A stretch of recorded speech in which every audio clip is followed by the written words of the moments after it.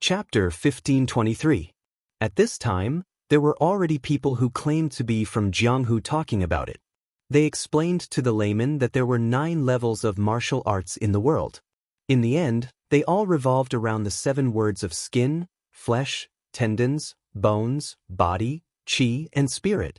Only when one reached the 2nd level of Master Realm could one touch the threshold of qi. For example, when a swordsman reached the 2nd level, he could barely control qi and fly a sword. The handsome young master with the twin sabers at his waist was repelled, sliding from the stream to the other side. However, his calves were not soaked. This clearly showed that he was in the 4th level realm or even the 3rd level realm. It could be assumed that with his age, he was fully deserving of the title of a rising talent in the martial arts world in a province or county.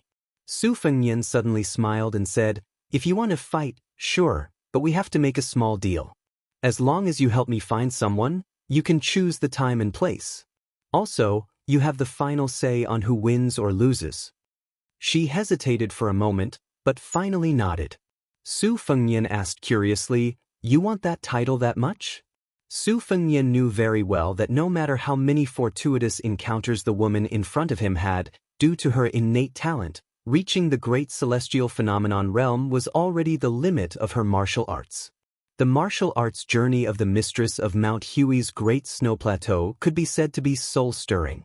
First, she used the treacherous and insidious secret art to absorb other people's qi and turned it into her own, barely reaching the 1st level.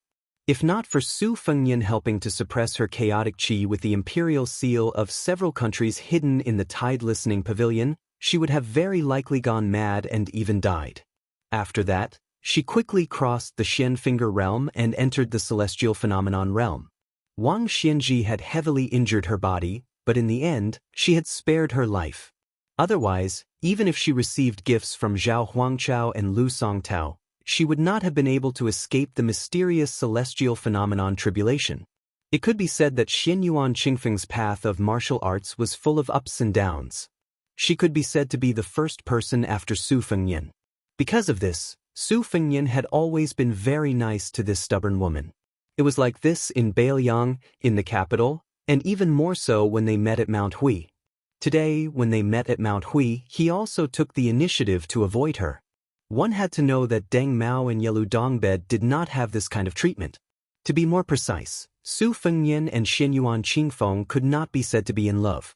Perhaps Su Fengnian was empathizing with her because they were in the same boat, while she was most likely the one who had accumulated resentment in her heart. That was why the man and woman, who had reached the peak of martial arts the fastest in Liang, were so entangled. Although Su Fengnian had long known that Xianyuan Qingfeng was very competitive, she was already the first female martial arts alliance chief in several hundred years. Why did she still want to fight for the illusory title of number 1 in the world? This was something that Su Fengnian could not understand no matter how much he thought about it. This farce, which was all bark and no bite, made many of the spectators feel bored. This was how the world was. It was fine if one did not give hope, but the worst thing was to give hope and then disappoint. Many of the hot-tempered people of Jianghu could not help but loudly mock and ridicule, whispering malicious words. For some reason, Xianyuan Qingfeng, who had not appeared in purple for a long time, cast a sidelong glance at this group of noisy spectators. With just a glance, everyone was silent like cicadas in winter. Su Fengnian could not help but laugh. Looking at those fellows who were secretly shrinking their necks, he thought to himself that when he was roaming Jianghu and watching those high and mighty young heroes and fairies, this was probably the same scene. Afterwards, Su Fengnian and Xianyuan Qingfeng continued to climb the mountain under the guidance of Han Gui and Qing Xen. They passed Meili Peak and Jiao Slope, and then Wudong's main mountain, Big Lotus Peak. Xianyuan Qingfeng was silent the entire way. When they reached the foot of Lotus Peak, she finally opened her mouth and said, "Li Chuangong's two-sleeved green snake, Dong Tai's inverted tai, Gu Jiantong's thunder core, Song Yanqing's last sword move, Huang Zhentu's 9th sword, 6,000 miles, Huang Qing's 16 bodhisattvas, and Master Lu Hao's thunder pool. Before we reach the peak, tell me all of them." Seeing Su Fengnian frown, Xianyuan Qingfeng said coldly, If you have a move that you don't want to say, you can substitute it with a similar move, or a move that you created yourself is fine. Hearing that long list of names, the little Daoist child Xianxia felt as if thunder was rolling. It was too frightening. She only felt that this elder sister's appetite was really big. Su Fengnian asked in a deep voice, "You want to gather the strengths of 100 schools of thought and merge them into one? You really don't want to give up on becoming a land immortal? Didn't Xiao Huangqiao remind you back then that your situation is somewhat similar to my younger brother, Huang Manor? You were lucky enough to escape the disaster of the mysterious finger heavenly phenomenon realm. If you still insist on becoming a land immortal, aren't you afraid that it will be short-lived?" Xianyuan Qingfeng said indifferently, "That's my business." From the beginning to the end, this person was not a likable woman. Su Fengnian smiled and said, "All right, I can't teach you the two-sleeved green snake of the sheepskin fur old man. In fact, I can't teach you at all in a short period of time, and I can't make the decision to teach you the peach blossom sword deity's inverted sword either. As for old Huang's saber 9, don't even think about it. However, Gu Jiantong's thunder cube, Song Yanqing's flying sword, and Lu Haosher's thunder pool are all not a problem. Huang Qing's 16 sword points sitting Buddha is also not difficult. Other than that, I'll tell you about Tuoba Bodhisattva's unique qi circulation method, as well as the 2 trump cards of Bing Mountain's 5th raccoon and Murong Baoding. If you learn fast enough, I still have many good things. I'll take them all." This time, it was Xianyuan Qingfeng's turn to feel incredulous. He turned his head and stared at this somewhat abnormal fellow. Her eyes seemed to be saying, "It's one thing for me to ask for a sky-high price, but you're even saving me money by sitting on the ground." Su Fengnian smiled and said, "I'll teach you one by one, but you have to promise me one condition. In the future, when you find one or a few disciples, you have to teach them everything you know, even if it means that you don't want this bit of Jianghu to end." Then, the 4 of them went up the mountain. Han Gui intentionally led the little Daoist child Xianxia in front, putting a large distance between them. Su Fengnian really did tell Xianyuan Qingfeng everything he knew. He explained the essence of the world's top martial arts to Xianyuan Qingfeng. Xianyuan Qingfeng memorized everything. Occasionally, when there was something he didn't understand, he would get to the bottom of it without hesitation. He would even interrupt Su Fengnian's speech when there was a subtlety, thinking carefully before allowing him to continue. On this section of the mountain road, Su Fengnian was like a knowledgeable teacher, while Xianyuan Qingfeng was a competent disciple who diligently memorized everything. At the back of Big Lotus Peak, on the back of the White Dragon, which was only 1 li away from the peak, Han Ge, who was standing in the distance, turned his head and discovered that the 2 people had stopped. What happened next made this young Daoist, who was very likely to be the next Wudang sect leader, speechless. When Su Fengnian and the woman parted ways, the former kicked the ladders but neither lightly nor heavily. The latter was obviously angry from embarrassment, and the entire White Dragon's back was filled with killing intent. However, the young king said something, and the woman was stunned for a moment before giving up and going down the mountain. The little Daoist child Xianxia immediately prostrated himself in admiration. He thought that if he could also wander the Jianghu in the future, he must have at least half of the elegance of the king of Bailiang. When the 3 of them went up the mountain again, even Han Gui couldn't help but ask curiously, "Your Highness and that woman are old acquaintances?" Su Fengnian smiled and nodded. He said softly, "She's an enemy we've known for many years, and kicking her was a person's dream." The little Daoist child of the Qing generation thought about it seriously.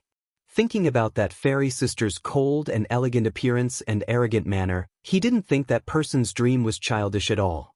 He laughed and said, "Your Highness, that kick was very awe-inspiring, I like it." Han Gui rubbed his forehead, feeling a headache. A cold snort came from far away. It scared the little Daoist child so much that he had goosebumps all over his body. Su Fengnian rubbed the child's head and said gloatingly, "You're in trouble. For the next 20 years, don't go down the mountain and go to the Jianghu." The little Daoist child asked timidly, "That sister, is she very powerful?" Su Fengnian smiled and said, "A woman who wants to be the second Wang Xianji, don't you think she's very powerful?" The little Daoist child said with a bitter face, No wonder Junior Grand Uncle always said that the woman at the foot of the mountain is a tiger. At this moment, a white-robed monk walked down from the top of the mountain, his sleeves fluttering. He looked like he was going to fight Su Fengnian to the death. Chapter 1524. Su Fengnian was a bit embarrassed by the white-clothed monk's aggressive approach. He wasn't afraid, but he couldn't help but feel a little guilty. Which father in the world wouldn't be angry at the bastard who dared to trick their own daughter? Back when Li Thing ran away from home and snuck out of the 2 Zen temples to roam the Jianghu, she carried around 200 taels of silver. It was probably her father's accumulated wealth from lecturing in the temples for many years. In the end, when she met the 3 of them, she ate and drank without restraint and quickly became penniless. Perhaps this heroine had let it slip when she returned home and bore a grudge against the white-clothed monk? Su Fengnian knew that he was in the wrong, so he could only force a smile and make up his mind not to retaliate or scold. The white-clothed monk walked quickly with large strides. There was actually a woman following behind him. She couldn't be considered very beautiful, and the makeup on her face was a bit thick. It turned out that Li Thing had hung half a kilogram of rouge on her face in Wutangan back then because she had learned it from her family. The white-clothed monk hurriedly came in front of Su Fengnian and pointed at Su Fengnian's nose, denouncing him. "Where are my daughter and my disciple Nanbei? I heard that you thought they had too many tables to eat, so you chased them to Shishu and Nanzhao. Is this how your Mount Qingliang treats its guests? If I see that my daughter has lost a few kilograms, do you believe that I won't go to your doorstep and scold you?" The woman who came to the white-clothed monk's side first smiled at Su Fengnian, then tugged at his monk robe and muttered in a small voice, "What do you mean by I, or I? You have to call yourself a poor monk.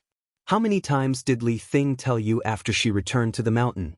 An expert must have the bearing and demeanor of an expert. Li Thing always said that there was a swordsman who traveled the Jianghu with her. What was his name again? Old Huang? She could tell at a glance that he was an expert? Li Xiaoxin, look at yourself. Is this proper?" The white-clothed monk was clearly still angry. He gave a cold snort and changed his tone slightly. "Do you believe that I won't go to Mount Qingliang to scold and make a scene? It's just that this poor monk didn't bring the knife that has been sharpened countless times today." The woman seemed to have more worldly wisdom than her man. She coughed and interrupted the white-robed monk's threatening words. She turned her head to Su Fengnian and explained with a smile, "Your Highness, don't listen to this bald man's nonsense. There's no such thing as a knife. In fact, it's just something that the old abbot of our temple uses to chop firewood. The father of this thing just misses that old bald man. Oh no, he misses his master. So, from time to time, he takes it out to sharpen the knife, afraid that it will rust."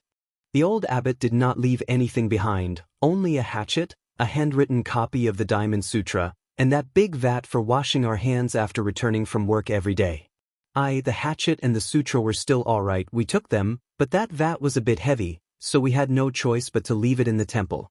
Otherwise, in the future, we would have one more item for our dowry. The monk in white said helplessly, "How can you treat a water jar as your daughter's dowry?" The woman rolled her eyes and said, "How many famous people in Gangnam-do like to use the mud at the bottom of the vat to make pots? It's worth a lot of money." Su Fengnian smiled and agreed, "That's right, I once saw Jiangnan's Lu family's minister Lu from the Ministry of Rites use a famous pot. It was made in the early years when he went to the 2 Zen temples to burn incense, using various methods to ask the old abbot for a few kilograms of mud." The woman immediately beamed with joy, looking at this young vassal king who did not have any heirs, more and more pleasing to the eye. "That's right, that's right." Then she stared at the monk in white and said, "Speak properly, don't injure us." Li Dongxin rubbed his bald head. Everything had its vanquisher, and the words of his wife were more effective than an imperial edict. At this time, Han Gui was finally able to get a word in. He bowed and said, "I am Han Gui from the Little Pillar Peaks Green Mountain Monastery. I have long been fascinated by monk Wu Chan." Li Dongxin looked at this Wudong Taoist who was not famous before the battle between Buddhism and Taoism. Compared to the way he treated Su Fengnian, he smiled a little more and returned the greeting. "Greetings, Zhenren Han. There are 3 debates on Lotus Peak this time, and you and I will be in the 3rd debate on the last day. When the time comes, I hope Shinran Han will be merciful. Han Gui smiled and said, I am really not worthy of being called Shinran. 2 Zen monks can just call me Daoist Han. Li Dongxin laughed and said, Daoist is a person of the Tao, a person who has attained the Tao, a Taoist priest, a Taoist priest, a person who has proven the Tao, a Zhenren, a Zhenren, a Zhenren, a person who seeks the truth. It is better for me to call you Shinran Han. If Wang Zhonglo was here, I might as well call him Taoist Wang. If Hong Shixiang was standing in front of me, then I would really have to respectfully call him Daoist Hong. Han Gui smiled and did not say anything. Li Dongxin glanced at Han Gui's clear eyes and retracted his sharpness. He sighed softly, your Wudong and Mount Longhu are indeed different. If those yellow and purple nobles heard this, not to mention the old Taoist of the Hope generation, even those of the Ning generation would be furious and would not have peace. Han Gui said calmly, it is not that Wudong Taoists have a longer peace of mind compared to Mount Longhu.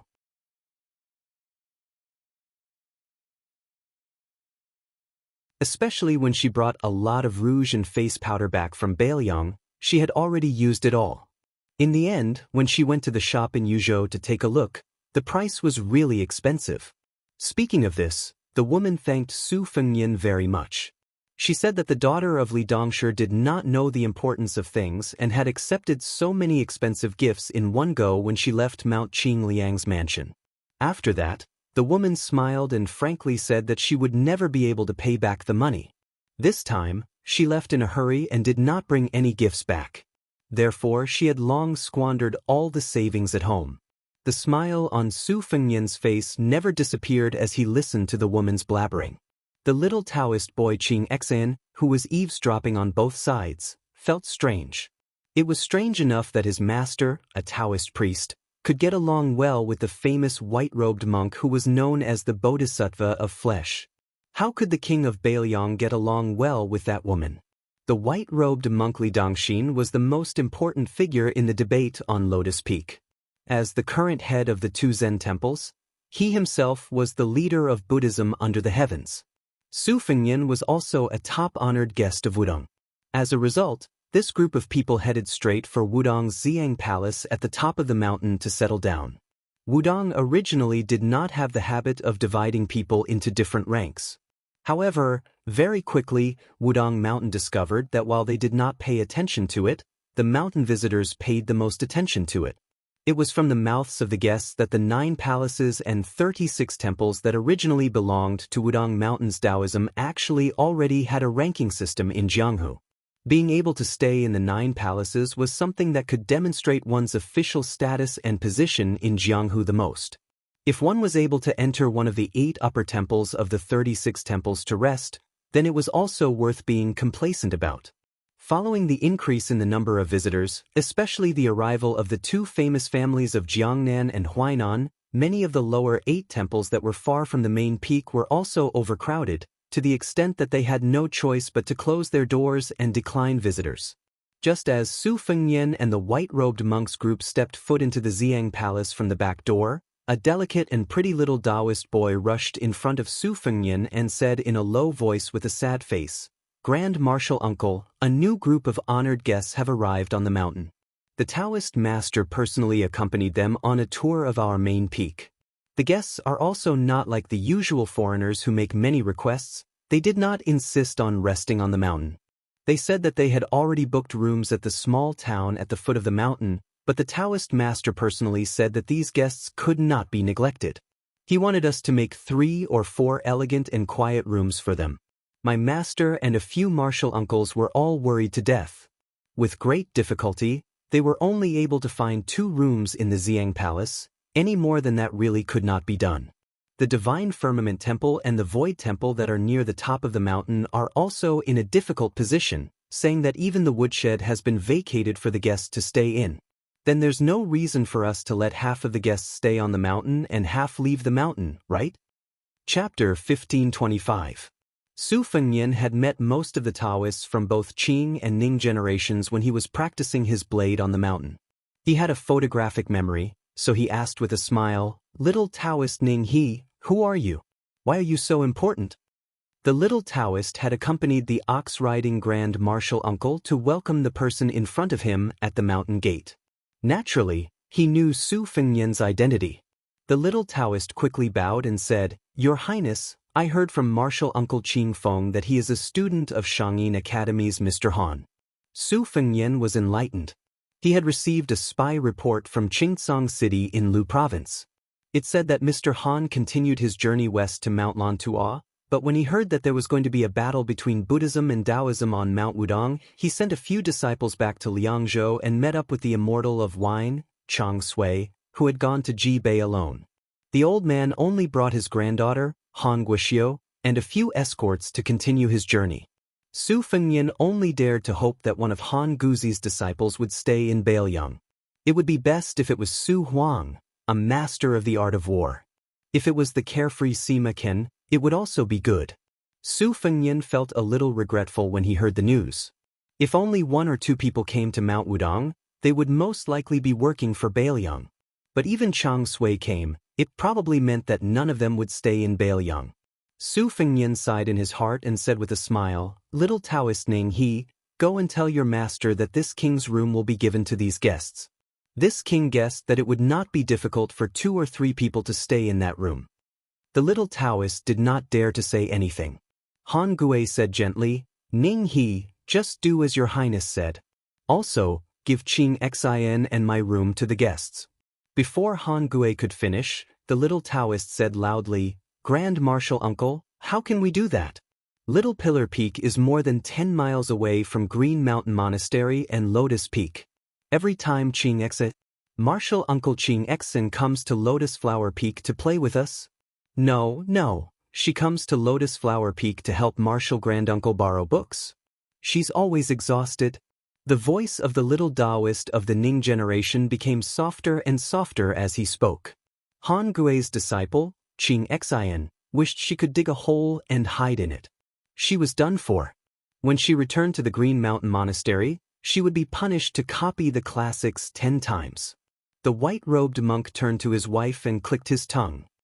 "Look at the juniors on the mountain. They're all siding with their elders. Those little baldies who play with the stupid Nanbei all want to eat and drink in our house all day long." The woman smiled and said, "You're wrong. They're clearly targeting our daughter. Usually, the little monks I see on the way to the temple are very sloppy, but every time they come to our house, which one of them doesn't wear clean monk robes that have just been washed?" The white-robed monk flew into a rage. "Is there such a thing?" The woman rolled her eyes and said, "You just found out?" The white-robed monk said angrily, "Those little baldies are asking for a beating. And the stupid Nanbei is even more stupid. If this isn't inviting a wolf into the house, then what is?" The woman said unhappily, beat them until they have an epiphany. It's better that you don't have to be the abbot who doesn't take money but only gives out money." In the end, Han Gui and the little Daoist went to stay with the Qing generation disciple of the Zhenlu Zhenren Qinyao. And Su Fengnian went to the thatched hut at the elephant pond halfway up the mountain where he used to practice his blade. Before going down the mountain, Su Fengnian first sent the white-robed monk to the room where he stayed. Han Gui took the lead and left. At this time, everyone on Mount Wudong was extremely busy. Other than being responsible for bringing Su Fengnian to the Xiang Palace, Han Gui actually had a lot of work to do. In fact, the Daoists of all generations on the mountain knew that Han Gui was going to take on a big responsibility in the future. After all, even the old chief Wang Zhonglo said that Han Gui's Taoist heart was the most stable. Even Hong Shixiang half-jokingly said that there were many small pillars of osmanthus trees on the mountain, which was most suitable for Han Gui, who had the word osmanthus in his name to cultivate and comprehend Taoism. And the 2 most senior Zhenren Qinyao and Yu Xingrui of Mount Wudong today also valued Han Gui, a junior who stood aloof from worldly affairs. Su Fengnian sent him to the doorstep. After the white-robed monk pushed the door open, he suddenly turned around and asked, "Have you met my senior uncle?" Su Fengnian was stunned for a moment before he realized that he was talking about the chicken soup monk at the foot of the little rotten Tua mountain in the western region. The old monk was the senior brother of the dragon tree holy monk. He nodded and said, "I can fight with Tuoba Bodhisattva and not die. Li Dongxin waved his hand. He's already dead. Who are you trying to say nice things to? Su Fengnian was silent and speechless. The white-robed monk sighed and said sadly, but then again, the reason why senior uncle was able to plant the lotus in my heart was because of your appearance. Back then, when I traveled thousands of miles to the west alone, it was because senior uncle was worried. His original intention was to go to the western region to bring me back to the two Zen temples. He didn't expect that one stop would last for more than 20 years. This penniless monk's epiphany is also thanks to martial uncle's insights. Alright, that's a separate matter. The matter of my daughter is not over yet. But for senior uncle to be able to plant the lotus, I have to thank you. Li Dongxin lowered his head and put his palms together. Su Fengnian put his palms together and gently returned the greeting. After Su Fengnian left, the white-robed monk closed the door. The woman sat on the chair and rubbed her calf. She smiled and said, "There's only one daughter. Even though the north and the south are stupid, they're already a family. Sigh, if only I had 2 daughters." Chapter 1526. Li Xiaoxin muttered softly, "Even if I have 2 daughters, I still don't want to be this kid's father-in-law. Every time I see him, I'll chase him away with a broom." For the first time, the woman did not argue. She said softly, "When I was chatting with this child, I talked about how our family was too playful. As he chatted with me, he casually said something that was quite interesting. The general idea was that when he was young, he was truly naughty and mischievous. When he was young, he would always disdain his elders for restraining him. In the end, when he finally grew up, he suddenly realized that when he made a mistake, no one would scold him.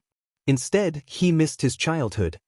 The white-robed monk leaned back in his chair and rubbed his bald head. For some reason, he also missed the scene when he was young and would nag at his master's ear. Before Su Fengnian walked out of Xiang Palace, a spy leader from the Fu Shui chamber and a military officer whose territory was near Mount Wudong appeared together. The two of them were dressed in casual clothing no different from normal pilgrims. They had seized this rare opportunity to report to the prince. This made Su Fengnian seem like a noble young master who had brought his servants and servants out for a trip. Today, there were no poor people in Xiang Palace. Most of them were foreigners who had deep connections with Huagai County and even the entire Bailiang officialdom. Everyone was either rich or noble. Otherwise, they were people like Su Huang and Sima Qin, who had enough confidence to look down on nobles. It was said that even the eldest son of the Hezhou provincial governor and the daughter of the Ji provincial governor had climbed the mountain together, but they were still not allowed to enter Xiang Palace. They could only stay in the Heaven Temple. Su Fengnian listened to the two's concise and respectful reports. He did not give any orders. As they neared the elephant cleansing pool, he let them do their own things. They didn't talk much, but the two of them still felt honored. Regardless of whether it was the shrewd spy or the steadfast military officer with real power, when they looked at each other and smiled, they couldn't hide the smiles on their faces. This kind of honor came from the bottom of their hearts. It was the attitude of the other officialdom officials to get close to the big shots of the officialdom to get familiar with them. In fact, there was a world of difference. Su Fengnian revisited this place and found that the quiet and empty elephant cleansing pool of the past was extraordinarily lively. It could be said that the crowd was shoulder to shoulder. After asking, he found out that there were 2 people competing on the giant rock in the pool. The rules were very simple. Whoever fell from the rock into the pool would lose. Su Fengnian really could not squeeze his way to the edge of the pool. He could only stand about 50 steps away from the elephant cleansing pool. In the stream of people, there were many hawkers with bamboo chests hanging in front of their chests. They were shouting, "Watching 2 masters fight, how can we not drink a big cup of our Bailiang's green ant wine?" Or, "Buy 2 jugs of wine and we'll give you a copy of the King of Bailiang's martial arts quotations from Mount Wudong for free." The 2 masters on the giant rock in the pool were in the midst of a fierce battle. Su Fengnian's ears were filled with loud cheers. As far as the eye could see, only when the 2 masters leaped high in the air could he see their silhouettes. 1 saber, 1 sword, the light of the saber and the shadow of the sword reflected each other's brilliance. This was probably the so-called floating like a startled swan. Su Fengnian did not know why his interest was piqued. He bought some melon seeds and red dates from a hawker. Like most of the spectators, he stood on his tiptoes and stretched his neck, listening to the spectators beside him explain their moves in surprise. He was somewhat self-deprecating. Look at how imposing the other people were when they were fighting. The spectators were as numerous as the clouds, the cheers shaking the sky. Compared to his final confrontation with Tuoba Bodhisattva in the small alley, this was countless times more awe-inspiring. That's right, it seemed like this was the Jianghu that he had dreamed of when he was young. Su Fengnian leisurely ate the melon seeds, listening to the friendly introductions that did not even charge him a single copper coin. He was very satisfied. According to the most well-informed ears around him, Su Fengnian learned that the two young warriors who were showing off their skills to their heart's content were not nameless juniors in the Jianghu. Among the new top 10 experts in the great snow plains of Mount Hui, the Jianghu talent with the famous sword, Wu Shu Su, was a close friend of the direct disciple of one of the grandmasters. Their relationship was a little distant? Could an ordinary cat or dog be related to the direct disciple of the new top 10 experts in the world? As for the local Baoyang youngster who used the saber, he was even more influential.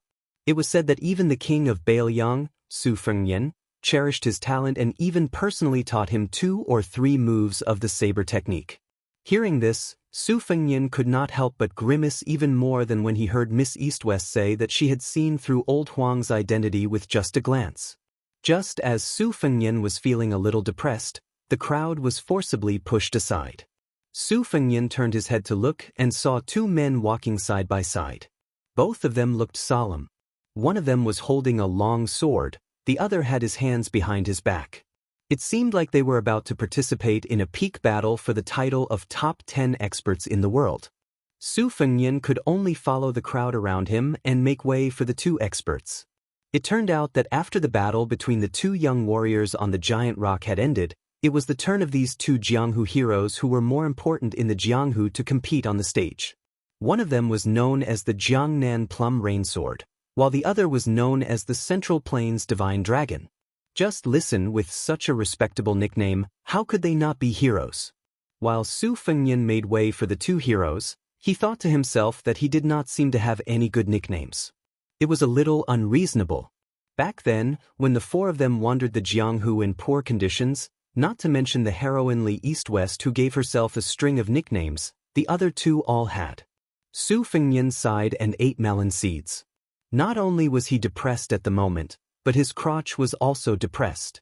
Chapter 1527. Su Fengnian suddenly turned around and saw a group of familiar faces. Su Huang with his beautiful beard, Sima Qin who always had a bright smile on his face, Lu Duanmao with his evil-looking face, Jean Baosher with a cold expression, and an unfamiliar middle-aged man who reeked of alcohol and carried a long sword. He should be the famous wine immortal, Chang Sui. Su Huang laughed in a low voice and said, "I met Daoist Han in Purple Sun Palace, and heard that your highness has come to the mountain. So, I have to find your highness and thank you."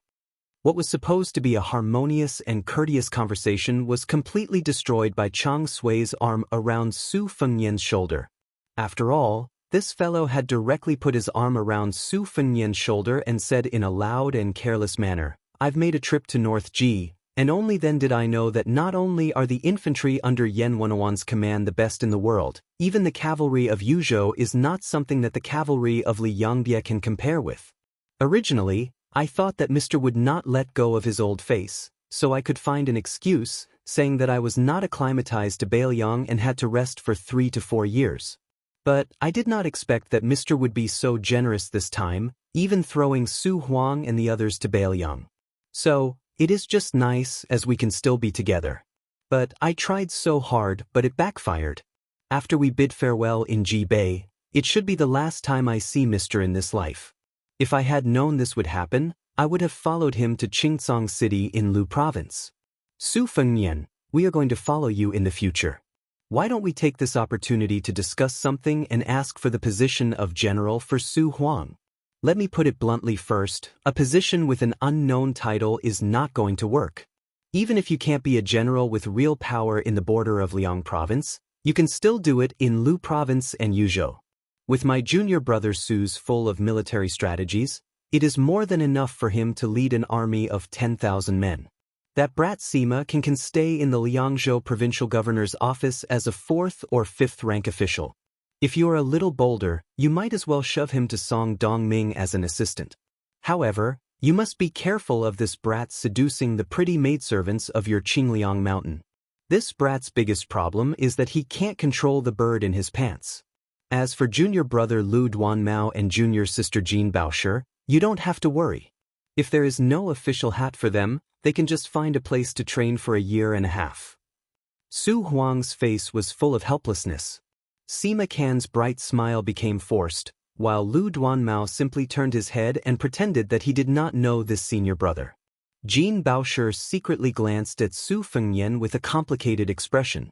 Since old Mr. Han was so generous, Su Fengyan, who was extremely surprised, was not a petty person. He immediately showed the swift and decisive side of a vassal king and said in a deep voice, "Mr. Su can go to the Huayang Pass Protectorate office first. I will personally write a letter to Chu Lushan. The military affairs in Beiliang's border have always been strict. To be honest, I, Su Fengyan, dare not guarantee that Mr. Su can immediately become a general in Liang province, but I will definitely not let Mr. Su use a sledgehammer to crack a nut. Mr. Sima, you can go straight to Qingliang Mountain and assist Deputy Administrator Song Dongming. Of course, if you don't like being an assistant, you can also go to Liang Province's Provincial Governor Office or Lingzhou's Taiyu County. Right now, there is a merit officer position in the Provincial Governor Office, while Lingzhou's Taiyu County has just vacated a governor. They are both 4th-rank officials. It depends on how Mr. Sima weighs it. As for Mr. Lu, I hope that you can go to Lingzhou to help Provincial Governor Su Beiji. Perhaps your position will not be high at the beginning, but I believe that with Mr. Lu's knowledge and Su Beiji's foresight, Mr. Lu will quickly stand out. As for Miss Jean, I really haven't thought of a plan yet. Let me think about it, but before I go down the mountain, no matter what, I will give Miss Jean a satisfactory answer." When Su Fengyan finished speaking, Sima Can and Lu Duanmao looked at each other in dismay. Even Su Huang was shocked. Jean Baosher pursed his lips tightly and was in high spirits. Only Chang Sui still looked sloppy. He lazily picked up his wine gourd and drank a mouthful of wine. He wiped his mouth and smiled. "Great!"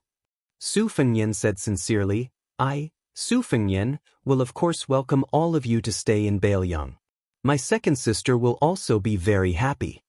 Chang Sui sighed softly. "Then, other than the eldest apprentice brother who has a grudge with the Su family, and the youngest apprentice brother who has no choice but to stand against you, you have a total of 8 disciples. Currently, 6 of us are working together in Beiliang. Life and death are fated. Riches and honor are in the hands of the heavens. People come and go as they please. The 6 of us are already considered lucky." Chang Sui's last sentence was clearly said to his junior apprentice brother Lu Duanmao, who still had a knot in his heart. Among the 8 of them, Lu Duanmao had the best personal relationship with Prince Zhao Kai. Lu Duanmao turned a deaf ear. Next, Chang Sui suggested that they get together to taste the most authentic green ant wine in the world. Su Fengyan took out all of his silver and bought more than 10 bottles of wine from a vendor. Then he led them to a nearby thatched cottage. The cottage was cleaned all year round. Although no one lived in it, it did not look decadent at all. Even the small vegetable garden behind the cottage was full of greenery. Su Fengyan moved out bamboo chairs and stools from the cottage with great familiarity. He even took out a table that was originally used to store books. The thatched cottage was not far from the elephant washing pond, but the contrast between the two was clear. This had a lot to do with Mount Wudong's intention. The group of people sat around the table in the open space in front of the cottage. Chang Sui had already begun to drink to his heart's content. Su Huang and Lu Duanmao sat side by side. Jean Baosher sat across from Chang Sui, diagonally across from Su Fengyan. Naturally, Su Huang and Su Fengyan talked about the naval battle of Guangling. When they met in Liuzhou regarding the fact that it was just a civil war that belonged to the Guangling Navy, the 2 of them each had their own opinions. Just as Sir Han had said, the 2 of them each had their own opinions. Su Huang guessed half correctly that it was a quick battle, while Su Fengyan guessed correctly that West Chu had won the battle. As for the following situation in Guangling, Su Fengnian and Su Huang had a dispute. Su Huang, a master of the art of war who had traveled through the Old West Chu several times, firmly believed that Liang would quickly form an encirclement, and West Chu's breakthrough point would inevitably be the seemingly unstoppable 100,000 elites from Nanjiang.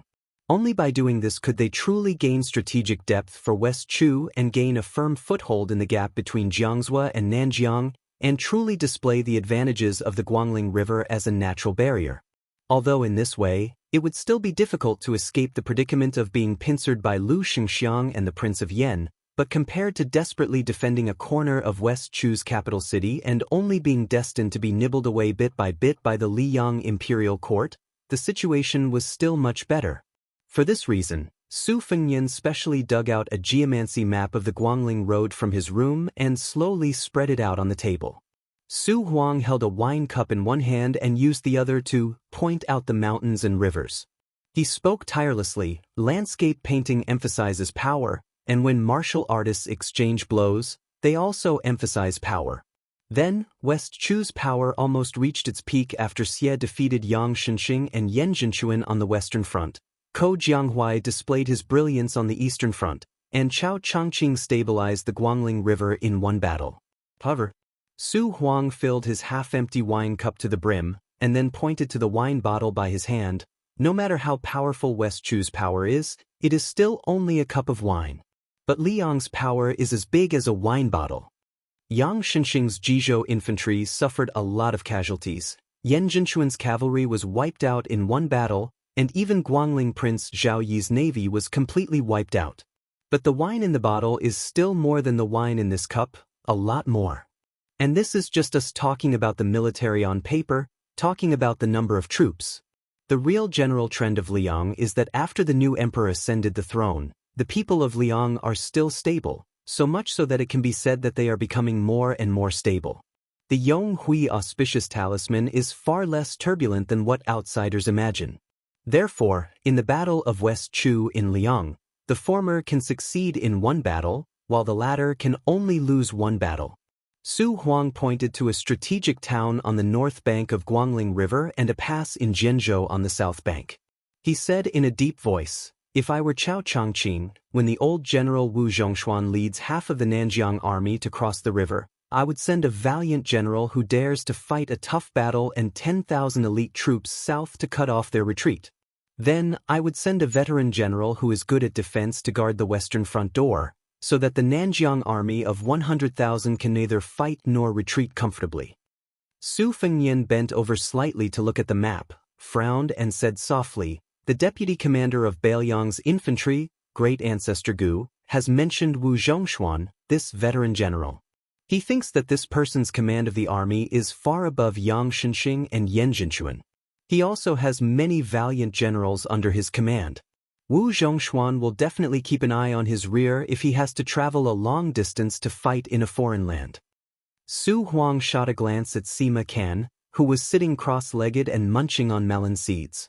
The latter resentfully put down the handful of melon seeds in his hand and sat upright. He said, "Wu Zhongshuan and the group of meritorious generals by his side are all experienced men who have fought many battles. They would not be so careless. However, according to military books, it is said that they do not transport grain for 1,000 miles. This is a hidden danger of the southern border army.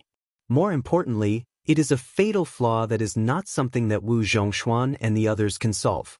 That is, no matter how hot-blooded and passionate the battle on the battlefield is, it has always been a silent ripple of the battle in the imperial court.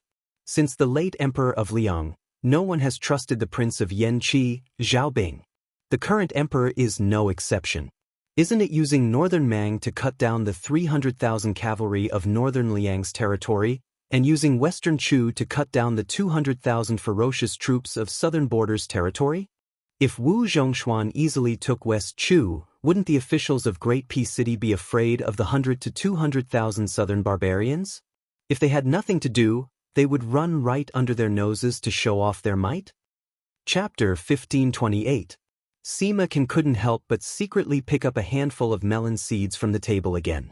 While eating melon seeds, he said vaguely, "Bailiang's transport is trapped, and the 100,000 troops in Nanjiang are not really comfortable.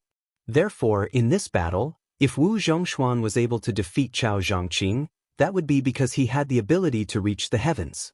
During this period of time, the imperial court would definitely make a move. It was the same logic as when Yan Zhenxuan had no choice but to tacitly understand and take the risk to advance. Liang imperial court is the happiest when the battle reaches a stalemate. If they lose, they will be reorganized by Lu Shengxiang, the commander-in-chief of the southern expedition.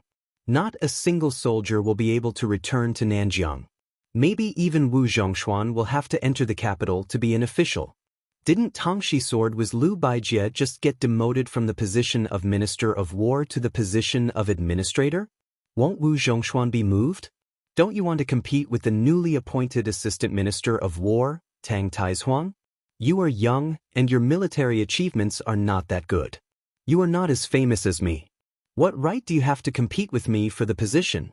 Besides, didn't Taiyan City say that a civil official who doesn't want to be the Grand Secretary is not a good civil official? A general who doesn't want to be the Minister of War is not a good general. Jean Baosher stepped heavily on the guy's foot under the table. Sima Ken was obviously a person who had been tortured. His expression didn't change, but he was finally not so cynical. Although the imperial court of Liang is domineering, watching the battle of Liang Mang from the other side, personally fighting with the rebels of West Chu, and deliberately playing tricks with the vassals of the older generation, I have to say that the late emperor of Liang is really a powerful monarch. If you look at the history books, if you don't talk about the military achievements, he should be in the top 5. Let's not talk about other things. Let's just talk about the general trend of removing vassals. Let's not talk about Bailiang. That Zhao Ying, the Duke of Huainan, went to the battlefield and died, right? Zhao Sui, the Duke of Jiaodong, has been guarding the door of the northeast for so many years, right? Zhao Sun, the hereditary king of Jing'an, also wished he could pour out his heart to the imperial court and carve the word loyalty on his forehead, right? That was why it was said that in a history book of the spring and autumn annals, it was about generals from various countries appearing on stage. Emperors and civil officials were all written to the side. Every page was filled with the words martial artists save the country. As for the spring of eternal Hui, it was replaced with the words literati rule the country. With Zhang Julu leading the charge and the 5 ministers outside of the Ministry of War working together, it was truly a magnificent sight. Even 1,000 years later, as long as you are a scholar, you will feel proud of this glorious history. Sima Ken suddenly paused and looked around like a storyteller who was keeping people in suspense. He took a sip of wine and said, "Then, here's the problem. Why is it that on the surface, the longer Liang drags on, the greater the chance of victory, while Beimang drags on, the smaller the chance of victory? Why is it that Xindi still insists on having Guangling Road burn, and then let Beimang feel that they have a chance to invade the south at this time? Fighting on 2 fronts, aren't you afraid that even the thickest of assets will be squandered?" Chang Sui was overjoyed and pointed at his shitty with his wine gourd. In the future, if you can't make a name for yourself in Bailiang, then go to the restaurant and be a storyteller. Shi Xiang, I will set up the stage for you, Jin Shimi will take the money. Su Fengnian smiled and gave the answer. For the elite troops in the world, it is already the limit to maintain their prosperity for 20 to 30 years. After that, they will only get worse and worse, and their shortcomings will gradually increase. Our Bailiang cavalry started in the spring and autumn annals, and now it has been 30 years. First, Great Peace City is afraid that our Bailiang frontier army will not be able to fight Beimang as time passes. Second, they are afraid that our Su Fengnian will have ill intentions after he stabilizes his position and grasps power. A very simple example. If my father had said in the past that he wanted to divide the river with the Zhao family, at least half of the soldiers would have left, and the morale of the army would have fallen. But if it was during the last years of Yonghui, Su Shao, who was deeply rooted in Bailiang, mentioned this, the 300,000 cavalry would all be old people rooted in Bailiang. Not many people would leave. When our Su Fengnian truly holds power for 4 to 5 years, and has all the generals of the border army in his hands, Bailiang, who has never had a good impression of Great Peace City, will not point their spear at Liang. It will be normal in the eyes of Jing for them to establish their own country on the northwest border, right? Chang Sui laughed and said, "That's human nature." Sima Can asked with a smile, "Wang Yi, have you really not thought about this?" Su Fengnian shook his head, not saying anything. Chang Sui finally opened his mouth to talk about serious matters. With hazy drunken eyes, he said, "When it comes to the various armies in the world, there are actually not many that can be called heroic. My old foundation is the Southern Ji Infantry of the Northern Han Imperial Guard, which has already been ruined by Yang Xinxing. Yan Zhenchuan's cavalry was originally one of the best elite cavalry in Liang. Unfortunately, the old general died a sullen death and did not die in battle. Now, the number of soldiers left can be counted on one hand. The newly appointed administrator of Huainan, Kainan, has expanded from 60,000 to 80,000, and her military strength has decreased by quite a bit. The Minister of War, Tang Taizuang, has single-handedly trained the elite cavalry of Liaodong's Duoyen, which is extraordinary. The Blackwater cavalry of the vassal prince of Liaoxi, Zhao Sui, is also not bad. Wu Zhongshuan's great armor of the southern frontier is said to be able to compete with Yan Wenwan's Yuzhou infantry. The king of Yan, Zhao Bing, personally leads the 40,000 Wufeng army. As for the navy, the Guangling Navy has been split into two, so there is no need to mention it. The Qingzhou Navy has long been corrupted by the officials of the Green Party. If they can fight with words, they will probably be invincible. No matter how you look at it, only your northern Liang border army has been able to maintain its sharpness for a full 30 years. Chang Sui stood up and said slowly, "In the Central Plains, relying on natural barriers and cities will definitely not be able to stop Beimang's iron hoofs. Therefore, I want to stand here in the only Beiliang frontier army that can withstand the disadvantage of numbers and not take a step back. I want to use my meager strength to block for the Central Plains." Chang Sui raised his head and drank half of the gourd of wine. At the mouth of the gourd in Yuzhou, there are 2 cities and hundreds of fortresses. When Beimang's hooves advance, it will only be after the Beiliang's defenders are all dead. Chang Sui muttered to himself, "Before I personally went to the border, I always felt that it was grand and majestic when I wrote poems after getting drunk. Only now do I know that the true border of 100 battles is not at all as heroic as the scholars imagined." Chapter 1529. Chang Sui said loudly, "Why write poems for the dead? It's better to die here and leave your last words." Sima Can said softly, "Second martial brother is really drunk." Su Huang suddenly stood up and raised a cup of wine. He looked at Su Fengnian and said, "To gourd mouth of you, to Tiger Head City of Liangzhou, to Qingcang City of Liuzhou, a toast to the prince." Sima Qin, Lu Duanmao, and Jean Baosher also stood up and raised their cups. Su Fengnian stood up and said softly, "I don't deserve this toast. You can all drink a toast to the Beiliang who has lived up to his name for the Central Plains for 20 years. In the end, Sima Can was so drunk that he had to look for a cup under the table. Chang Sui also sang at the top of his voice, but he was humming in the dialect of his hometown that no one could understand. Su Huang also couldn't escape this calamity. This beautiful bearded man, who valued elegance the most, drank until his beard was covered in wine. Even Jean Baosher, who drank the least, drank until his cheeks turned red. This made Su Fengnian, who drank the most but was still sober, feel a little embarrassed. One time, when he pulled Sima Can out from under the table, he looked up and saw the woman with smiling eyes. Su Fengnian blushed and said, "I'm the only one who isn't drunk. It's a bit of a bummer." The drunk Su Shao squinted his eyes and smiled. He was already tongue-tied. "I heard from the teacher that before the great general was conferred the title of prince, you came to the capital to confer a reward. After the court was dismissed, you knocked on the hat of a big shot from the Ministry of War and said that I, Su Shao, only had 600 to 700 men. In your eyes, I'm not even worth a fart.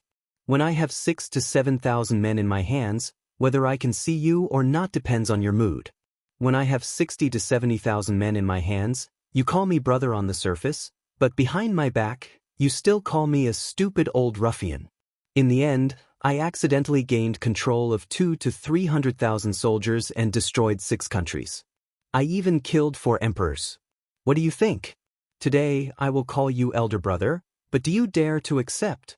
Ha, great general, oh great general, as a martial artist of the younger generation, I, Su Huang, also hope to be able to gallop on the battlefield like you, and settle my grudges as I please.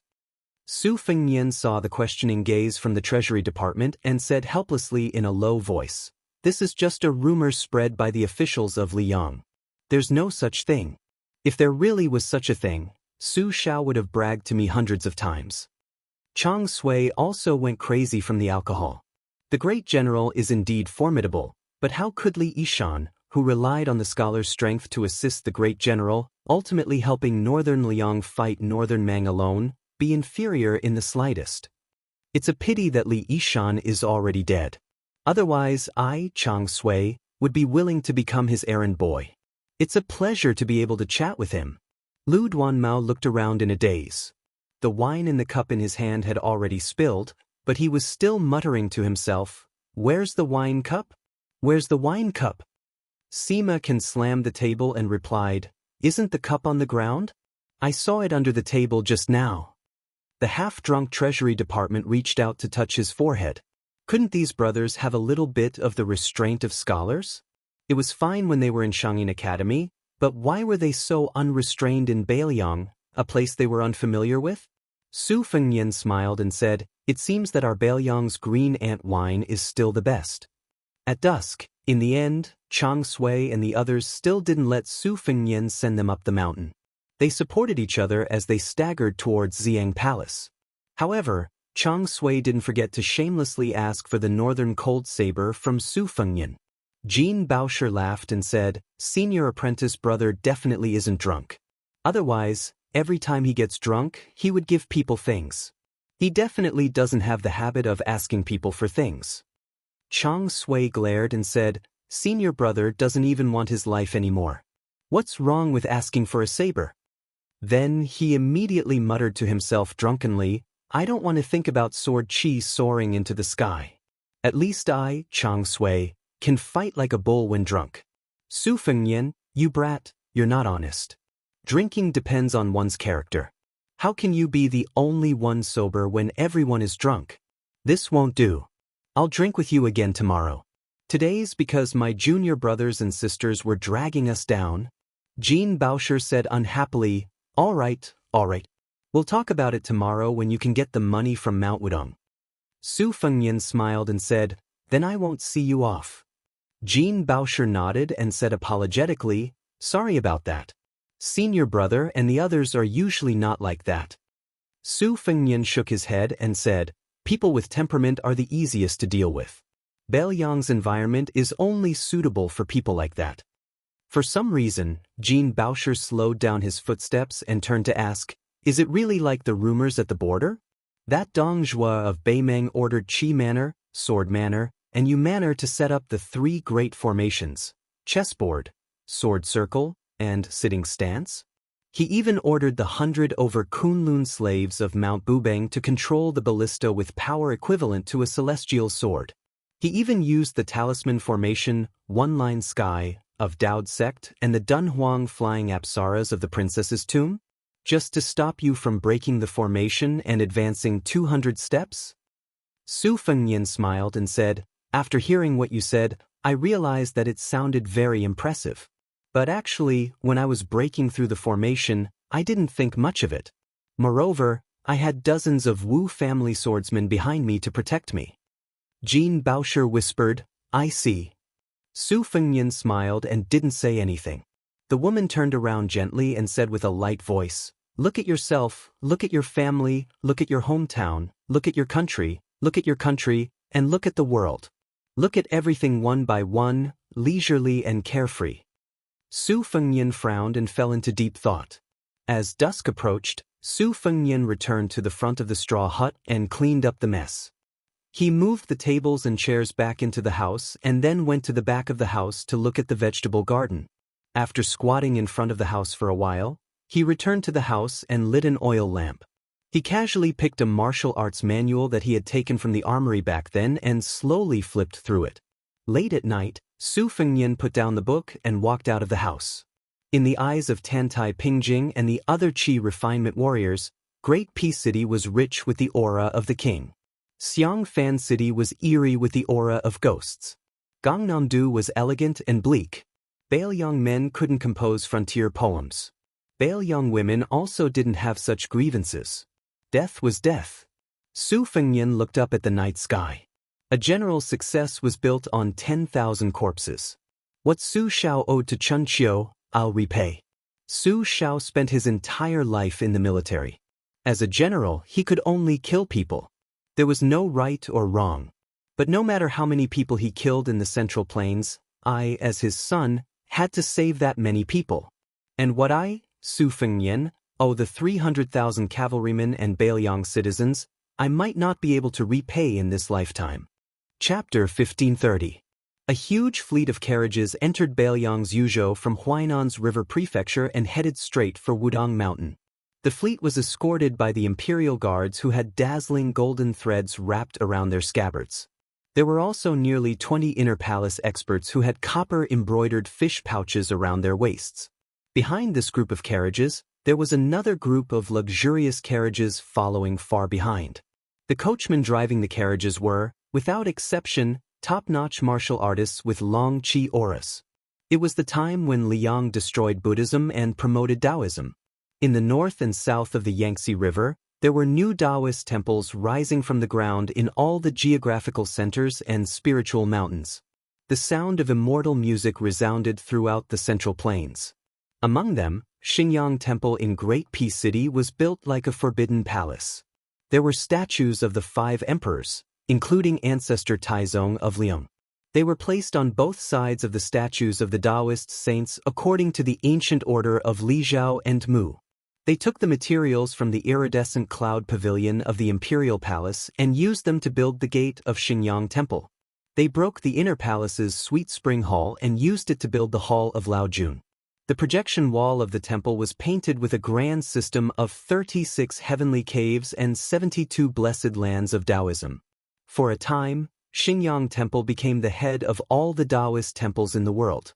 The head of the temple, Wu Lingsu, was the Daoist who personally sealed the gate of the 2 Zen temples. She was now worthy of being the head of the northern Daoist temple. Therefore, there was a saying in the world, Xinyang Temple in the capital, ancestral court in the north and south. Just when everyone knew that the white-robed monks of the 2 Zen temples were going to debate with the Daoist priests of Wudong on Lotus Peak, there was another news that the Yui minister who was like the sun in the sky in Great Peace City was going to rush to Baelyang's Wudong Mountain as the head of the imperial court with an imperial edict in his hand. He was going to confer the title of Wudong's supreme leader, Huang Manshan, as a Void Pierce Master. A middle-aged Daoist with an otherworldly aura was sitting in the carriage. He wore a purple-gold Daoist robe and had a purple horsetail whisk with 3 golden rings on his arm. He was smiling faintly. Beside the honorable Daoist sat a young man who looked very similar to him. Although he was also wearing a Daoist robe, he was closer to the secular world than the middle-aged Daoist. The young man said with a smile, "Father, I thought that after crossing the river province boundary marker, the Yuzhou military would at least send out a few hundred cavalries to intimidate us. It seems that Sugai isn't completely lawless. He's still very wary of father."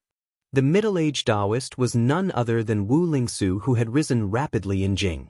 He remembered that when he had just arrived at Great Peace City, the nobles of the city all liked to use his title of Qingqing King to make fun of him. Occasionally, when they met at a banquet, who did not call him Wang Yi, but did not bother to disguise the disdain in their eyes. Fortunately, the bitter days were over very quickly. He had failed to live up to expectations at Mount Longhu and was repeatedly tormented by the young man surnamed Su. A certain mysterious Daoist who lived in seclusion at Mount Longhu had died and his Dao had vanished. This even angered the previous emperor and the new emperor. In addition, Li Yang was an irresistible trend. Finally, Wu Lingsu was able to transform into a dragon as soon as he encountered the wind and cloud. He forcefully stepped on Mount Longhu and the 2 Zen temples to reach the peak of power. Among all this, his wife in name had secretly taught him. Although the two had not actually been husband and wife, even though Wu Lingsu had become the head of Taoism in the northern lands, he still held her in awe.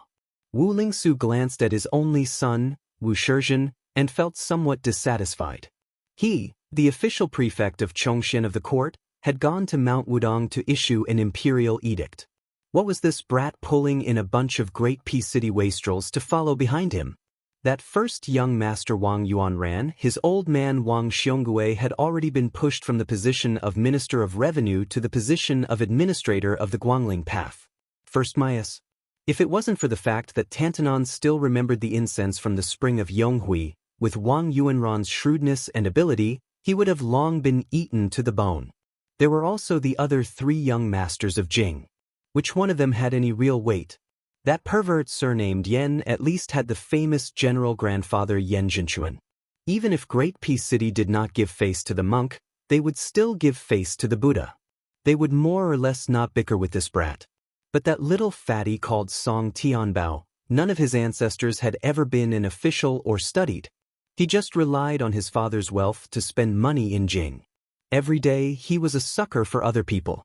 He was just a silly little fool. Could this kind of rootless wealth last long? It was just 100 zhang tall building built on sand. When the wind blew, it could collapse at will. Wu Lingsu said earnestly, Shizhen, in my opinion, the sons of the aristocratic families in the capital are also divided into 3, 6, and 9 ranks. For example, although Wang Yuanran's father, Wang Xianxia, was demoted from a first-class official to the most dangerous position, the administrator, in the future, the 6 ministries will serve outside the capital for a few years before returning to the capital.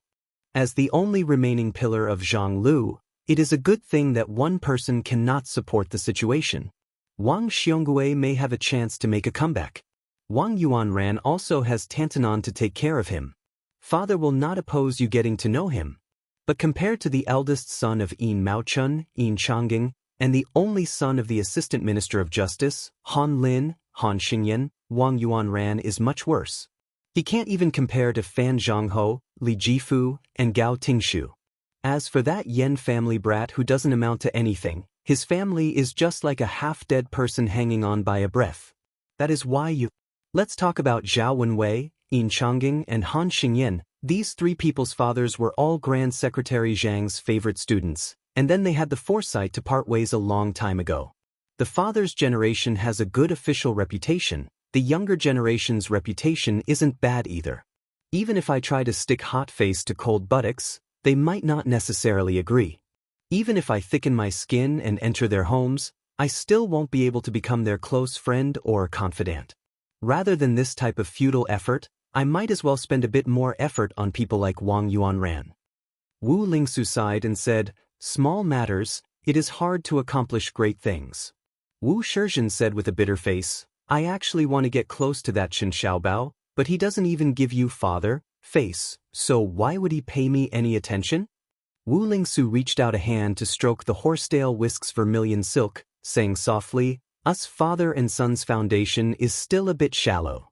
Wu Shizhen leaned over to this new leader of Northern Daoism, saying with a low voice, Father, if we can take advantage of this opportunity to trample on that surnamed Su and return to the capital, Father's position in His Majesty's heart will definitely rise a step further. Taking a step back, I can find an opportunity to secretly push Wang Yuanran and the other hotheads out to make a feud with Bailiang. Once they return to the capital and make a ruckus, the Su family's reputation in the capital will be completely ruined. Wu Lingsu was hesitant. That person even dares to refuse an imperial edict, and this is also his territory. How can Wang Yuanran and the others shake him in the slightest? As for the curses of Great Peace City's officialdom, the Su family father and son have never paid them any attention. Be careful not to smash your own foot with a rock.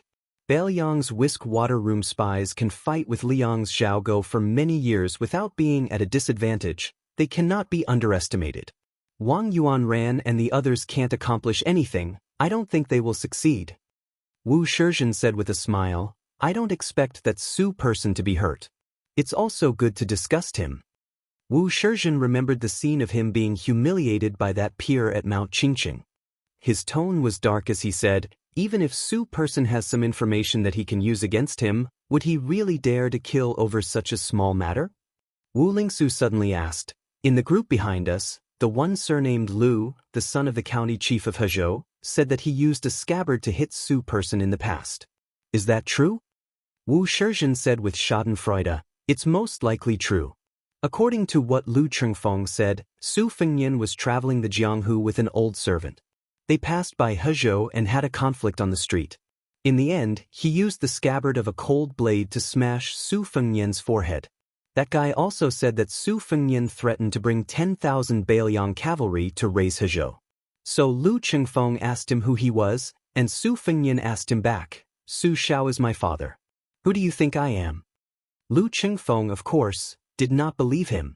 After hitting Su Fengnian with the scabbard, he simply pulled out his blade and chased after him for half a street. Last year, I heard from the storytellers in the restaurants in the county that Su Fengnian was His Royal Highness. He really did travel the Jianghu with an old servant, by long. He was scared to death. Especially when Su Fengnian refused to accept the imperial edict and sent the Yuzhou cavalry to invade Hezhou. Not only Lu Chengfeng but also his father and his whole family ran out of the city. Afterwards, when they saw that the Yuzhou cavalry had no intention of invading Hezhou, they returned to the county with fear. Wu Lingsu also found it interesting and said with a smile, but later, wasn't there an incident where 10,000 Yuzhou cavalry entered Jizhou? They had to pass through Hezhou. Wu Shizhen laughed so hard that tears almost came out of his eyes. So the family resumed their old business and ran away at night. Fortunately, the Yuzhou cavalry returned through Heluku, so Lu Chengfeng's father did not resign and moved to Jiangnan. However, the Lu family also benefited from the disaster. The entire Hezhou knew about this hero who dared to beat up the king of Bailiang. Even Lu Chengfeng's father received a unique, above average, in Hezhou in the local evaluation hosted by Yin Maochun. Lu Chengfeng and Song Tianbao are good friends who have known each other for many years. When he was welcoming Wang Yuanran and the others, he fell in love at first sight with the daughter of the former assistant minister of the Ministry of Justice. Plus, he was probably sure that Su Fengnian would not lower himself to his level, so he shamelessly followed him to Yuzhou. Wu Lingsu, who was no longer a self-proclaimed king in a corner, sneered. It is rumored that Song Tianbao's grandfather, as the #1 god of fortune in the two Liao provinces, was not on good terms with Su Xiao, who rose in Jinzhou in Liaodong. Lu Chengfeng and Wang Yuanran, who had a conflict with Su Fengnian in the Jiujiu embassy in the capital, are indeed birds of a feather flock together. Wu Shizhen's expression was a bit awkward. It seemed that he had to be included. Chapter 1531. The first round of the debate between Buddhism and Taoism was going to be held at Lotus Peak tomorrow. There were no more places to stay on Mount Wang. The inns in the towns near the foot of the Southern Divine Path were also full. The two groups of people entered a place called Escape Summer Town. The way they looked for rooms to rest was completely different. One group of a dozen people spent a lot of effort to negotiate with a small inn on the east side of the town. The normal rooms were much more expensive than first-class rooms in the Central Plains. When the innkeeper took the stack of travel passes, he just glanced at them and ignored them. So what if they came from Great Peace City? Wouldn't they still be slaughtered by our inn? However, the names of these guests were not vulgar. The middle-aged man with the sword was Qi Jiajia. It was Yin Changging and Zhao Chunyuan, a young couple who looked like a perfect match. The handsome young man was called Zhao Wenwei. The two scholars in green were called Han Xingyan and Gao Shilian. The rest of them looked like retainers and servants. Their parents didn't pay much attention to their names. The other group of 20 or so people went directly to the best inn in Escape Summer Town. When they heard that it was full, one of them threw down 500 taels of silver without hesitation, saying that he wanted to book the entire inn. The old innkeeper was annoyed by the young people's bureaucratic tone. He thought, so what if it's 600 taels? My inn is charging 100 taels a day according to the market price. You people want to stay for 3 days. 500 taels is nothing. The innkeeper rolled his eyes and said that the inn was doing business. There was no rule to chase away customers. The young man with the River Province accent took out another 500 taels without saying anything. The innkeeper reached out and touched the thick stack of brand new banknotes. He began to feel conflicted. The young man waved his hand as if he was afraid that others didn't know that he was rich. His helper immediately threw out 2 large gold ingots. The innkeeper looked and thought, "Silver is the father and gold is the lord. Since we're meeting these elders, let's not talk about manners." However, the innkeeper still wanted a yard after taking an inch. He said that the 30 or so guests were all staying. He was afraid that the staff wouldn't be able to get them to move. As soon as he said this, a few people reached out and grabbed the hilts of their swords. The innkeeper was anxious and hurriedly told them not to fight. "Whoever dares to cause trouble in Bailiang today will be finished." The innkeeper picked up the banknotes and gold ingots and went upstairs to explain to the customers. The innkeeper played a petty trick. Not only did he take the initiative to return the money, he even gave everyone 3 to 4 taels of silver. He even told the customers that a group of military lords from the northern Liang border wanted to stay here and that the innkeeper could not afford to offend them. Jianghu. Bailiang. Jianghu. Jianghu. Jianghu. 2. Bailiang. Qijiajia. He was the number 1 swordsman in the capital. In his early years, he was not only the sword master of many princes. Even Bai Yan's daughter, Zhang Gaoxia, was once his disciple. To be able to trouble him to escort a group of people thousands of miles away, the reason was simple. If any one of these young people were thrown into Jiangnan, they would all be people that high officials and nobles would do their best to curry favor with. This was because their family elders were the deputy of the head of the secretariat, Qi Yanglong, the former minister of appointments, Yin Maochun, the former number 1 prime minister, Gao Shizhi, the Duke of Yen, and Han Lin, the assistant minister of the Ministry of Justice. Among them, Yin Maochuan's eldest son, Yin Changging, and Zhao Yuling's second daughter, Zhao Chunyuan, were husband and wife. The fathers of both families had strongly opposed it.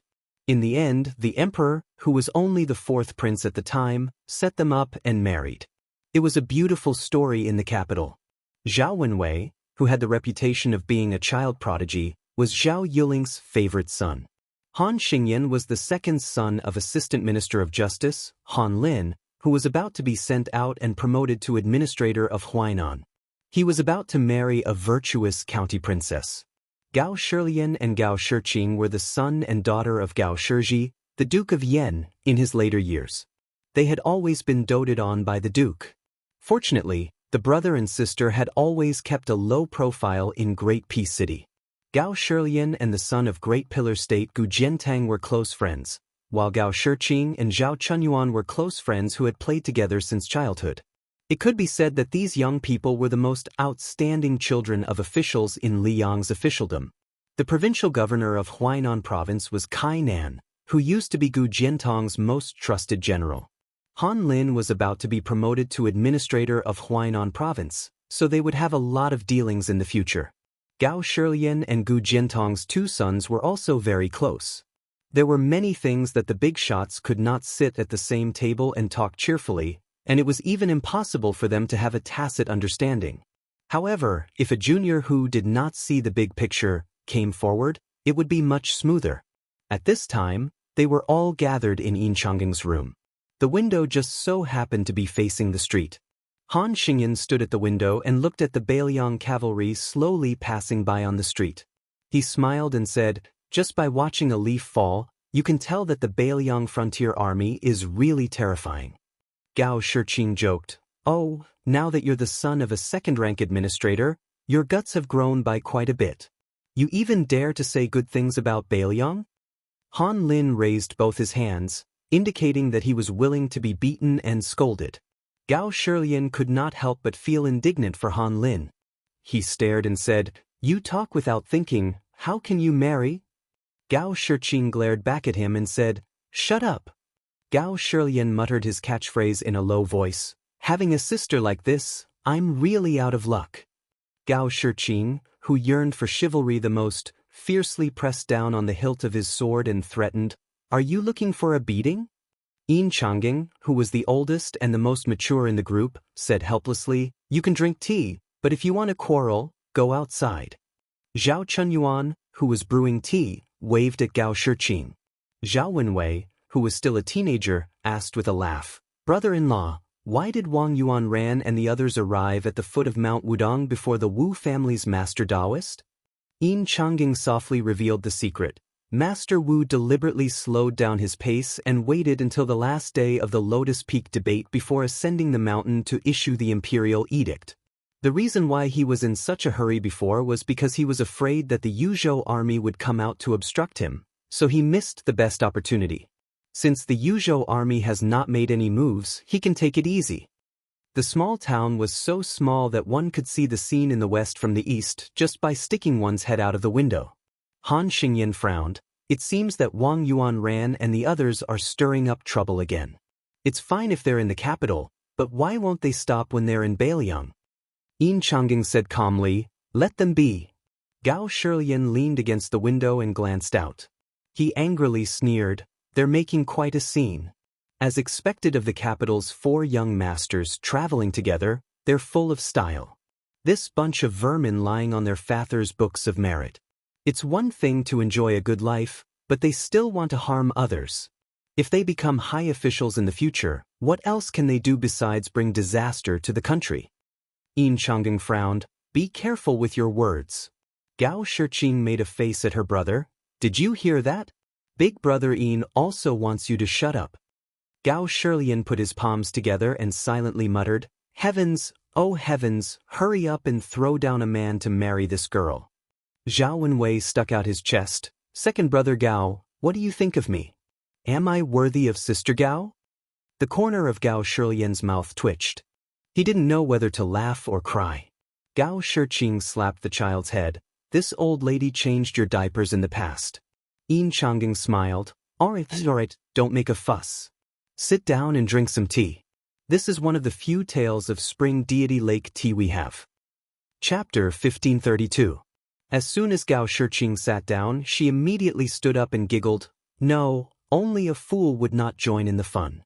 I have to go to the other side of the town to take a look." As she said this, Gao Shiqing carefully looked at Yin Changing, who always spoke softly but was the most decisive. Yin Changing raised his head to look at her and slowly said, "We agreed in the capital that it would not happen more than 3 times. It has already happened twice in the capital and Jinan. If it happens again, you have to return to the capital immediately." Gao Shiqing smiled brightly and said, "Understood." Gao Shiqing ran out of the inn like a wisp of smoke and ran along the street to the most popular inn in the town. She did not go too close. After all, she was not unfamiliar with Wang Yuanran, Yen Sei Fetus, and Song Pandan. Especially since the Yen family residence where Yen Sei Fetus lived was their neighbor. Gao Shiqing respected old General Yen Jinchuan very much, but she hated this eldest grandson of the Yen family who was upright at the top but crooked at the bottom of the tree. After old General Yen sacrificed his life for the country, an exception was made. During this period of time, Yen Sei Fetus's tail was raised to the sky. He actually had the guts to ask the elders of the family to propose marriage to the Duke Yen family. Gao Shiqing almost couldn't help but find someone to put this guy in a sack and throw him to the bottom of the lake. In Gao Shiqing's vision, Yen Sei Fetus did not disappoint. After coming to a small town like Beiliang, he still flirted with good people. He was currently surrounded by 2 young women with a group of bad friends. Gao Shiqing was a little surprised. Didn't people say that women in Beiliang were mostly tall and strong? The 2 young women in front of her were very beautiful.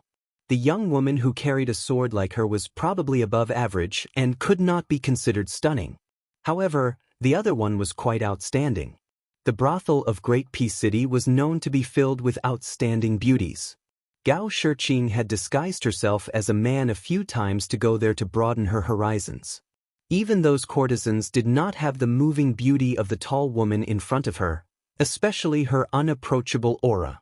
As long as it was a man who wanted to win, he could not help but challenge her. No wonder Yen Sei Fetus jumped out in such a hurry. However, Wang Yuanran was not present.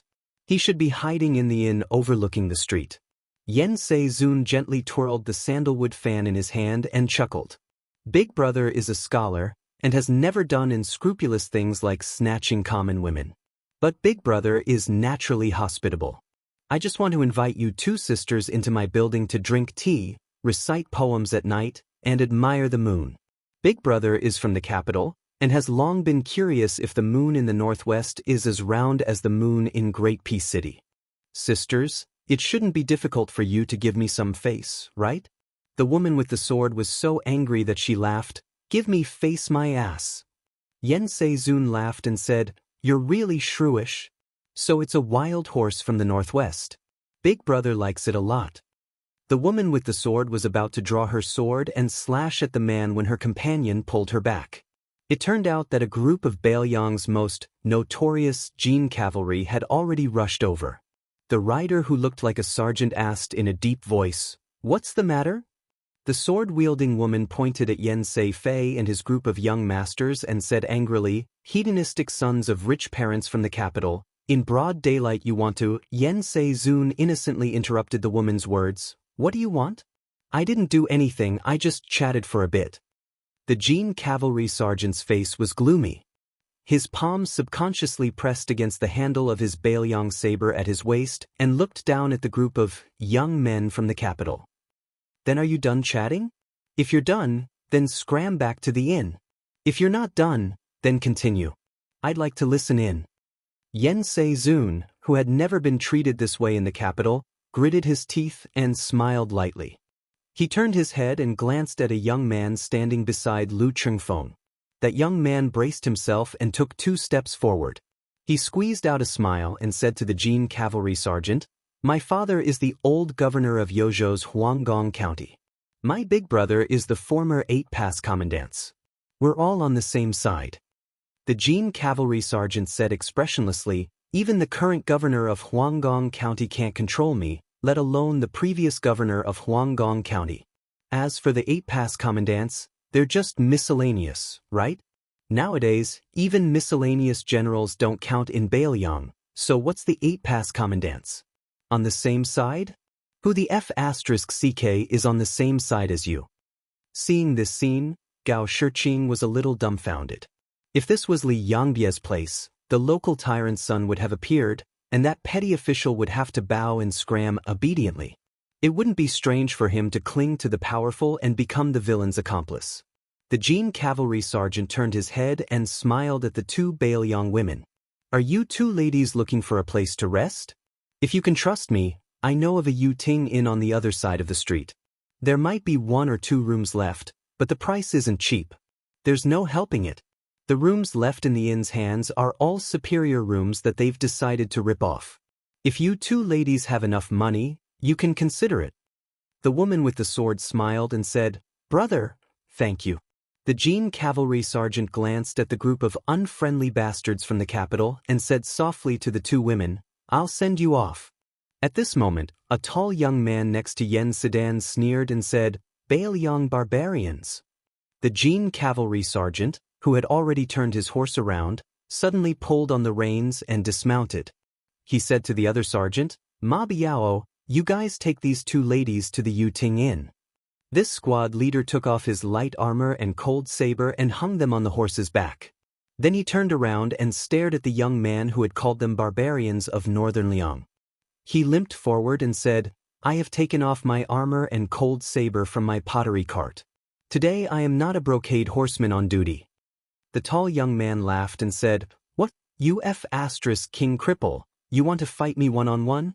I'm afraid I'll accidentally use too much strength and break your other leg. The man surnamed Tao laughed. If you can kill me, it'll just be because you're capable. The tall young man curled his finger. In the hut not far from the elephant washing pool, Su Fengyan was moving books and drying them. Suddenly, the Yuzhou lieutenant and the spy leader of the Fu Shui Fang appeared together. Su Fengyan, who was squatting with a book open, raised his head and smiled. If you have something to say, say it. The leader of the spies spoke very quickly, but his words were clear.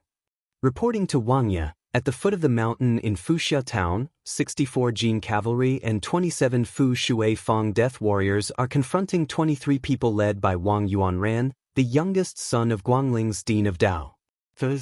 Su Fengyan waved his hand and ordered the lieutenant, Luo Hongkai, go down the mountain and lead 500 men to Fu Shui Fang. Don't confront them, just fight to the death. Su Fengyan pondered for a moment and then continued, The other side should have quite a number of martial art masters as bodyguards. Sui Taizhan, you take out the 4 A-class Fang Fushui men of sacrifice currently on Mount Wudong and send them down the mountain with Captain Luo. Luo Hongkai asked carefully, Your Highness, are we really going to fight to the death? Su Fengnian smiled. How can we do that? Su Fengnian quickly added, Just beat them half to death. After this matter, people will give a thumbs up to Bailiang for treating guests with courtesy. The 2 men quickly left. Luo Hongkai rubbed his chin and said, Old Sui, our prince is indeed a scholar, right? Sui Taizhan said unhappily, What's the use of telling me this? Why didn't you flatter him in front of the prince? Luo Hongkai, who was striding forward, rolled his eyes and said, Just say yes or no? Sui Taizhan wiped his mouth and smiled. Of course. Chapter 1533. Escape Summer Town. Escape Summer Town. Escape Summer Town. Just from its name, one would feel refreshed. However, at this time, it was very angry.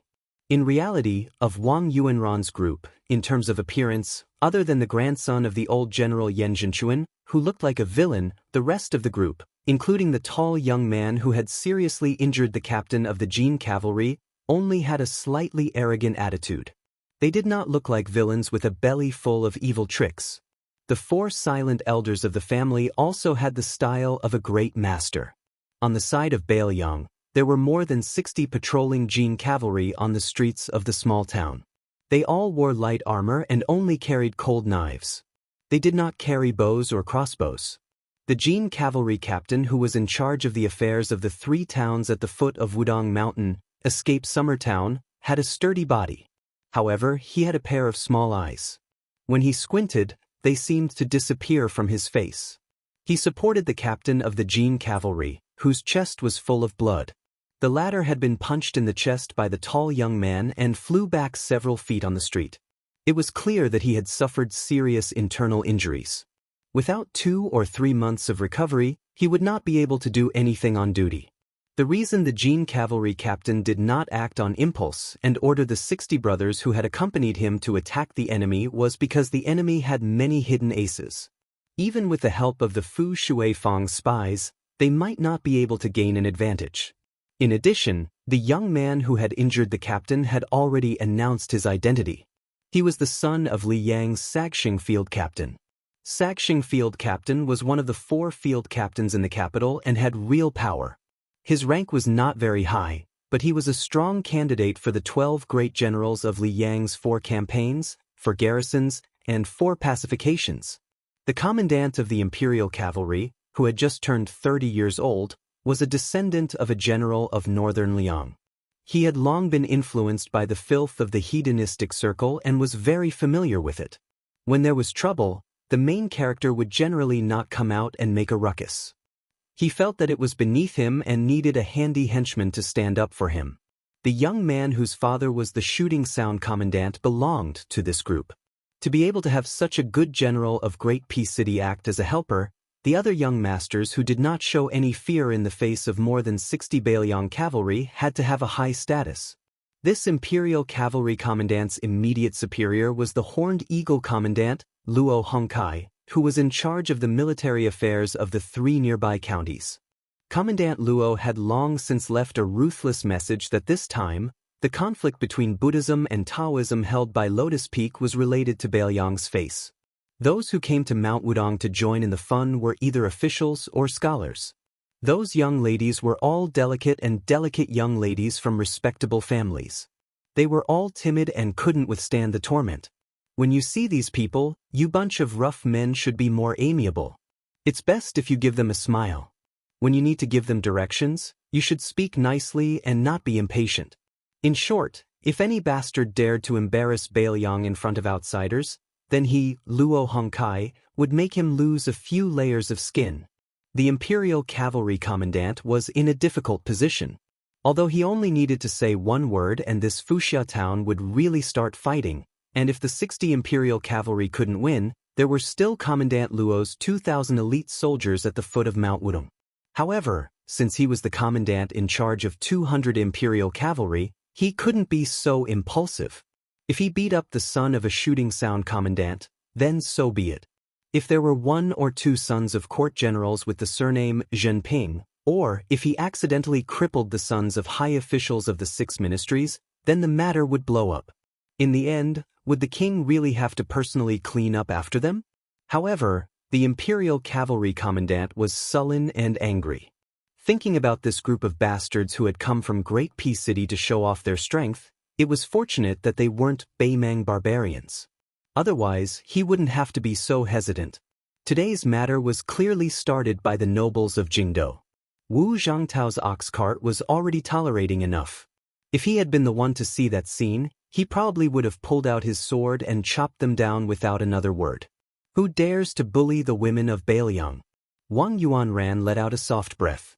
Fortunately, the commandant was someone who understood the big picture. Otherwise, if the 2 sides really started fighting without any regard for the consequences, then his secret plan would not be easy to clean up. Wang Yuanran's gaze swept over the people around him. He saw the subtle expressions of his companions. Yan Tongshu's body trembled slightly. There was both the fear of facing the legendary Bailiang soldiers and also the excitement. The entire Great Peace City was cursing him for being a lecher who couldn't be supported. It was the famous General Yan Zhinchuan of the spring and autumn period who had killed too many people and committed too many crimes that he had received retribution. This was why he had such a useless grandson to support the face of the Yan family. However, if he, Yan Tongshu, could safely return to Jingdo this time, who wouldn't say that he was a hero who dared to fight the Bailiang army? Who would dare say that he was a coward? The son of the shooting commandant Li Shogua, Li Zhangliang, was in charge of guarding the northern part of Jingdo. The most famous person in Jingdo wasn't the high-ranking commandant Li, but Li Zhangliang's brother Li Chang'an. He was only in his early 30s and was already a corps general among the permanent generals of Ling. More importantly, Li Chang'an was a 4th-ranked general and was one of the first generals promoted by the emperor after he ascended the throne. Li Zhangliang himself had followed Yang Shenxing and Yang Huchen's Jizhou army down south to quell the rebellion last year. Unfortunately, the Yang army was defeated one after another and became the laughingstock of all the civil and military officials. Other than the peerless General Yang Huchen who had lost an arm, no one in this army was rewarded for their contributions, regardless of whether or not they had achieved anything. Li Zhangliang, who had personally taken the heads of more than a dozen West Chu rebels on the battlefield, also fell silent because of this. Why would Li Zhangliang act today for Yan Tongshu, whom he had always looked down on? The loyalty of a friend? That was underestimating Li Zhangliang, whose father and brother were both heroes. Before this person left Jingdo, his family had been secretly trying to help him enter the Duoyen elite cavalry that the assistant minister of the Ministry of War, Tang Taishuang, had built in Liaodong. However, Assistant Minister Tang had always been vague about this. He said that now that he didn't lead troops, his words might not be useful. Who would believe that? In the 2nd year of Xiangfu, the Duoyen elite cavalry that had won a number of small battles on the border should be called the elite cavalry of the Tang family, right? However, in order to avoid suspicion, the Tang family was afraid that Tang Taishuang, would attract criticism in the Ministry of War, so the new commander of the 16,000 Duoyen elite cavalry used a border general whose surname wasn't Tang. However, that guy was slowly promoted from a sergeant to a commander by Tang Taishuang. As long as Li Zhangliang made a statement in Bailiang today, Tang Taishuang, who was Gu Jiantong's right-hand man along with Kainan, would understand without needing Li Zhangliang to say anything in Great Peace City. A Duoyen elite cavalry that everyone was jealous of was already a lieutenant. Wouldn't that be in Li Zhangliang's pocket? Song Tianbao seemed to stare dumbly at that tall Bailiang beauty. Wang Yuanran laughed coldly inside. Learning from Yan Tongshu and pretending to be a pervert? That Yan Tongshu had brought 3,000 taels of gold into Jingdo last year. In just half a year he had squandered it all. Just for Yan Tongshu alone, he had bought the first spring of several young courtesans in Great Peace City. You fatty, you can't even forget your friends when you see a beauty, so don't pretend to forget your life when you see a beauty. In the 2nd year of Xiangfu, you claim to have stolen 5,000 taels of gold from your father. Based on your father's shrewdness, Not to mention stealing 5,000 taels of gold from Liaodong without anyone noticing. I'm afraid without his consent or tacit consent, you, kid, would have a hard time even stealing a single copper coin. Fatty song, ever since you entered Jingdo in this year, relying on my Wang Yuanran's, Yan Tongshu's, and the others' names, your father probably earned far more than 8,000 taels of gold. Wang Wanyi, the daughter of the former assistant minister of the Ministry of Justice, Wang Zhua, was famous in Jingdo. The old assistant minister had 8 sons. In the end, he had a daughter in his later years, so he gave his daughter this name. Wang Wanyi's appearance was passable, and her figure was very good. Unfortunately, her temperament was questionable. After all these years, how many poor scholars had she seduced that had the potential to become a carp jumping through the dragon's gate? Did she really think of herself as a fox immortal in a supernatural novel? Those poor scholars who could only stay in the temples in the suburbs of Jingdo, when they were reading at night, suddenly floated in from outside the window. Everyone was confused and infatuated. At this moment, Wang Wanyi was staring at the tall woman from the northern region, who looked like a real fox fairy descending to the mortal world, as if she was her enemy. Seeing that the situation was under control, Wang Yuanran became increasingly calm. His line of sight leaped over the Bailiang cavalry, discovering that Yin Changing and the others had already arrived by Gao Shiqing's side. When Wang Yuanran saw these people, he obviously couldn't help but feel complicated. Last year, his father was still a minister who had the potential to take over Gu Lu's authority from Grand Secretary Zhang. However, even if his father wasn't transferred to the chaotic Guangling path, during that storm that shook Jingdo, after Wang Yuanran provoked Zhao Chunyuan and beat up Han Xingyan, he was still brought by his father to kneel outside Zhao Manor for half a day. Even now, Wang Yuanran still didn't feel like he was in the wrong. It was Zhao Chunyuan, this fickle woman, who had let down her childhood sweetheart first. In the end, she ran off to become the wife of that surnamed Yin, saying that she and Yin Changing loved each other, that it was she who let down Wang Yuanran's brother who was publicly acknowledged as gentle and honest.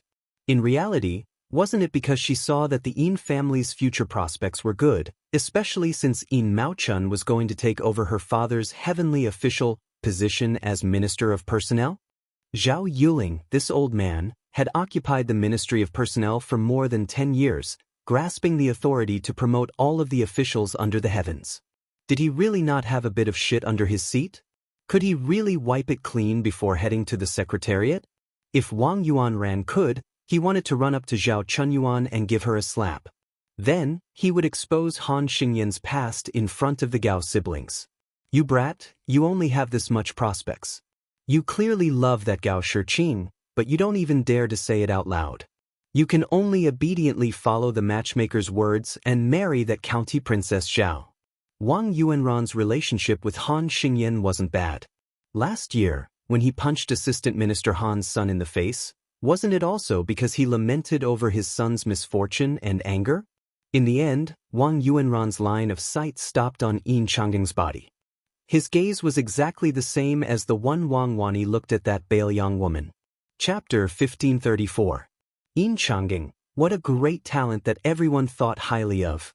Benevolence, righteousness, propriety, wisdom, trust, gentleness, respect, frugality, it all seemed to be in one person.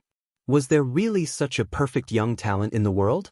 Wang Yuanran did not believe it, but from Zhao Yuling to Yuangue to Han Lin, and even Wang Yuanran's father Wang Xiongui, this large group of Yong Hui's famous ministers who came from Gu Lu, who did not praise Yin Changing.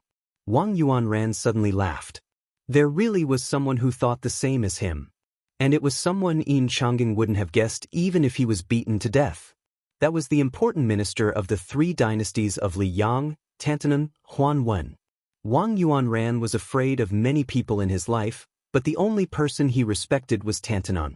So when Tantanan told him to go to the Imperial College to reflect on his mistakes, Wang Yuanran directly refused his mother's urging to stay and really went to the Imperial College to reflect on his mistakes. When Wang Yuanran was about to leave the Imperial College, there were already rumors that Tantanan intended to abdicate and that Zhao Yuling or Yin Maochun was very likely to enter the Minxia province. When the undercurrents were surging, The old man personally went to the Imperial College to see Wang Yuanran. Before leaving, Tantanon said something that Wang Yuanran thought he would never forget in his life. "Brat, being a person is like flipping through a book and reciting scriptures. Not to mention this old man whose neck is in the yellow earth, even your father Wang Xionggui's age is half buried in the earth. He has almost flipped through the book to the end and can't find anything new. But a young man like you is different. There is an old saying that every family has its own difficult scriptures, but no matter how difficult it is, you should be sensible. You have to read it well and read it well. The reason why I'm talking nonsense with you is that when I, Huanwen, was young, I was also like you, idling around. But the old saying that a prodigal who returns is more valuable than gold is not a lie." Of course, Wang Yuanran knew that the little Zhenren Wu Shizhen had an ulterior motive. This was nothing. Not to mention those in the distance, just Li Zhangliang, Song Tianbao, and the others who were nearby were all smart people. Acting so rashly was all for the sake of getting what they needed. To be able to make it to their level, even the infamous Yen Tongshu wasn't a fool. Song Tianbao wanted to rely on Yen Tongshu's identity as Yen Jinchuan's grandson to raise his banner. Other than freeloading and sleeping with courtesans for a whole year, how much money had Yen Tongshu secretly earned for the Yen family who had always been cash-strapped? At least 200,000 taels. Otherwise, do you think old General Yan's posthumous body could pass the Board of Rights meetings so smoothly? The more he re-examined the people around him, the more Wang Yuanran began to understand that it was not easy for his father to become an official. Therefore, although Wang Yuanran could not help his father return to the capital as an important official, at the very least, he could win some reputation for his father. All of a sudden, a pleasant surprise came. Probably sensing the difficult situation of the Bailiang cavalry, as one of the parties involved, the Bailiang woman with a sword reported her identity. It turned out that her father was Song Yen, the son of the Lingzhou provincial governor. As the second-in-command of the civil officials in Lingzhou, he could be considered one of the top officials in Bailiang. Song Yan's daughter, Song Huangmei, pointed the tip of her sword at Li Zhangliang, the son of Colonel Shooting Sound, and said angrily, "Compared to officials, is that so? What's so great about your father's bullshit, Colonel?" Wang Yuanran could not help but laugh. Now that Bailiang had cut a large number of surplus generals and colonels, as long as they did not hold military power, they did not even have the right to hang the Bailiang saber when they went out. However, the colonel of Li Zhangliang's father, Li Shogua, was indeed quite amazing. He was now a fourth-rank official, comparable to Song Yanzizhou. Furthermore, this Colonel Shooting Sound did not dare to say that he would immediately become one of the 4 generals of the 4th expedition, but as long as he operated it well, after 4 to 5 years of smooth sailing, he would definitely become one of the lower-ranked generals. Furthermore, his brother had a private nickname of Little Chen Wang in the Liang military circle. In front of Li Zhangliang, this Colonel Shooting Sound was still not enough. The pervert Yen Tongshu first snickered, and then laughed even more exaggeratedly. This hedonistic son of a rich family had the ability to make a man tremble. He held a fan in one hand and covered his heart with the other. "Brother, I'm scared to death." Yen Tongshu finally stopped laughing. He curled his lips and said, "Don't even talk about Izhou. The provincial governor is just SOSO. At this time, the cold and elegant woman who had been indifferent to the farce finally spoke. She turned her head and said softly to the commandant of the Imperial Cavalry, "My father is Administrator Li." The commandant of the Imperial Cavalry was stunned. The woman smiled sweetly and said softly, "Yes, I also have a younger brother called Li Hanlin. He is now the commandant of the Liangzhou crossbowmen." In the Bailiang military, whether it was the garrison troops or the border troops outside the Great Wall, most people had heard of the name Li Hanlin. It was even more effective than the number 1 civil official in Bailiang, Li Gongda. The commandant of the Imperial Cavalry smiled knowingly at first, but he became more and more conflicted. Today's matter was really not a matter of whether the two sides were high or low officials. He was an insignificant commandant of the Imperial Cavalry in Bailiang. It was not because he was worried about his background that he did not dare to give the order to beat those bastards into a pig's head. It was because the war at Liangmang was so intense that he, the only son of the imperial cavalry, had no chance to go to the border to kill the barbarians because his father and mother had dragged in all the elders of the family to pester him. However, his father had been a military officer at the Great Wall of Yuzhou and had always paid attention to the general situation. As the commandant, he knew quite a bit about the relationship between Bailiang and the Liang imperial court. The more this was the case, the more he could not make trouble for Commandant Luo or even the prince and implicate Bailiang in an even more dangerous situation. He turned his head to look at his subordinate, Sergeant Tao Che, who was unwilling to leave no matter what. Even this old brother of his knew the severity of the matter. He had taken off his armor and saber and was going to fight with Li Zhongliang as a Bailiang citizen. How could he act rashly? Tao Che was once a sergeant of the Bailiang crossbowmen. Like Li Hanlin, he was also an elite scout responsible for clearing the path for the Dragon Elephant cavalry up north. His left leg was severely injured in battle and he had no choice but to retire from the crossbowmen. According to the rules of the Bailiang Frontier Army, he could have served as a deputy in the local garrison. However, Tao Che refused no matter what, saying that he was an old cripple and that he would be satisfied if he could return to the local garrison as a sergeant. That one call of the Bailiang barbarians. For an old soldier who had probably spent half his life fighting the Bailiang barbarians to the death, it was too hurtful. The Imperial Cavalry Commandant Fan Xiangda lowered his head and said softly to his old brother who had returned from the Liangzhou border, "I'm sorry." Yen Tongshu opened his fan with a snap and smiled. "What's the saying again? The temple is small and the wind is strong, but the water is shallow and there are many bastards. Who would have thought that I would be able to meet both the administrator and the daughter of the governor while casually strolling through the streets of this small town? What, you want to use your power to bully people? You want to use your private army to kill us good people?" Wang Wani was instantly amused. Using power to bully people and good people, these two phrases coming out of Yen Tongshu's mouth really had a different flavor. Wang Yuanran and Li Zhongliang both had calm expressions. The more powerful the Bailiang side was, the more cheers they would receive in the capital in the future. However, the four experts beside them were a lot more nervous. With the combined strength of 2 master-level experts and 2 level 3 experts, not to mention 60 to 70 cavalry, even 200 to 300 cavalry wouldn't be a problem. However, if they really met the daughter of the Bailiang administrator, then it would be the same as angering the daughter of the Grand Secretary in the capital of Liang. At that time, it might alert the large-scale regular army here. Who started the bloody policy of Liang's 20 years of Jianghu? Wasn't it the old Liang Prince Su Rentu? Moreover, it was said that the Su Fengnian who had just fought with Tuoba Bodhisattva was on Wudong Mountain right now. At that time, not to mention protecting the safety of these young masters and ladies, they might not even be able to protect themselves. Not far away, Gao Shiqing also smiled and said, "This Yen Tongshu isn't stupid to the extreme. This way, the Bailiang cavalry will either retreat with their tails between their legs, or they will have no choice but to use their power to bully people and kill innocent people." Gao Shilian snorted coldly and said, "If I were the Imperial Cavalry Commandant, I wouldn't waste my breath. Even if I don't kill people, I would hang Yen Tongshu up and beat him up." Chapter 1535.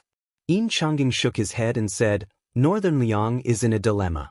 If we don't completely fall out with them, we won't be able to capture Yen Tongshu and the others with an army of at least 600 riders and a few martial experts protecting them."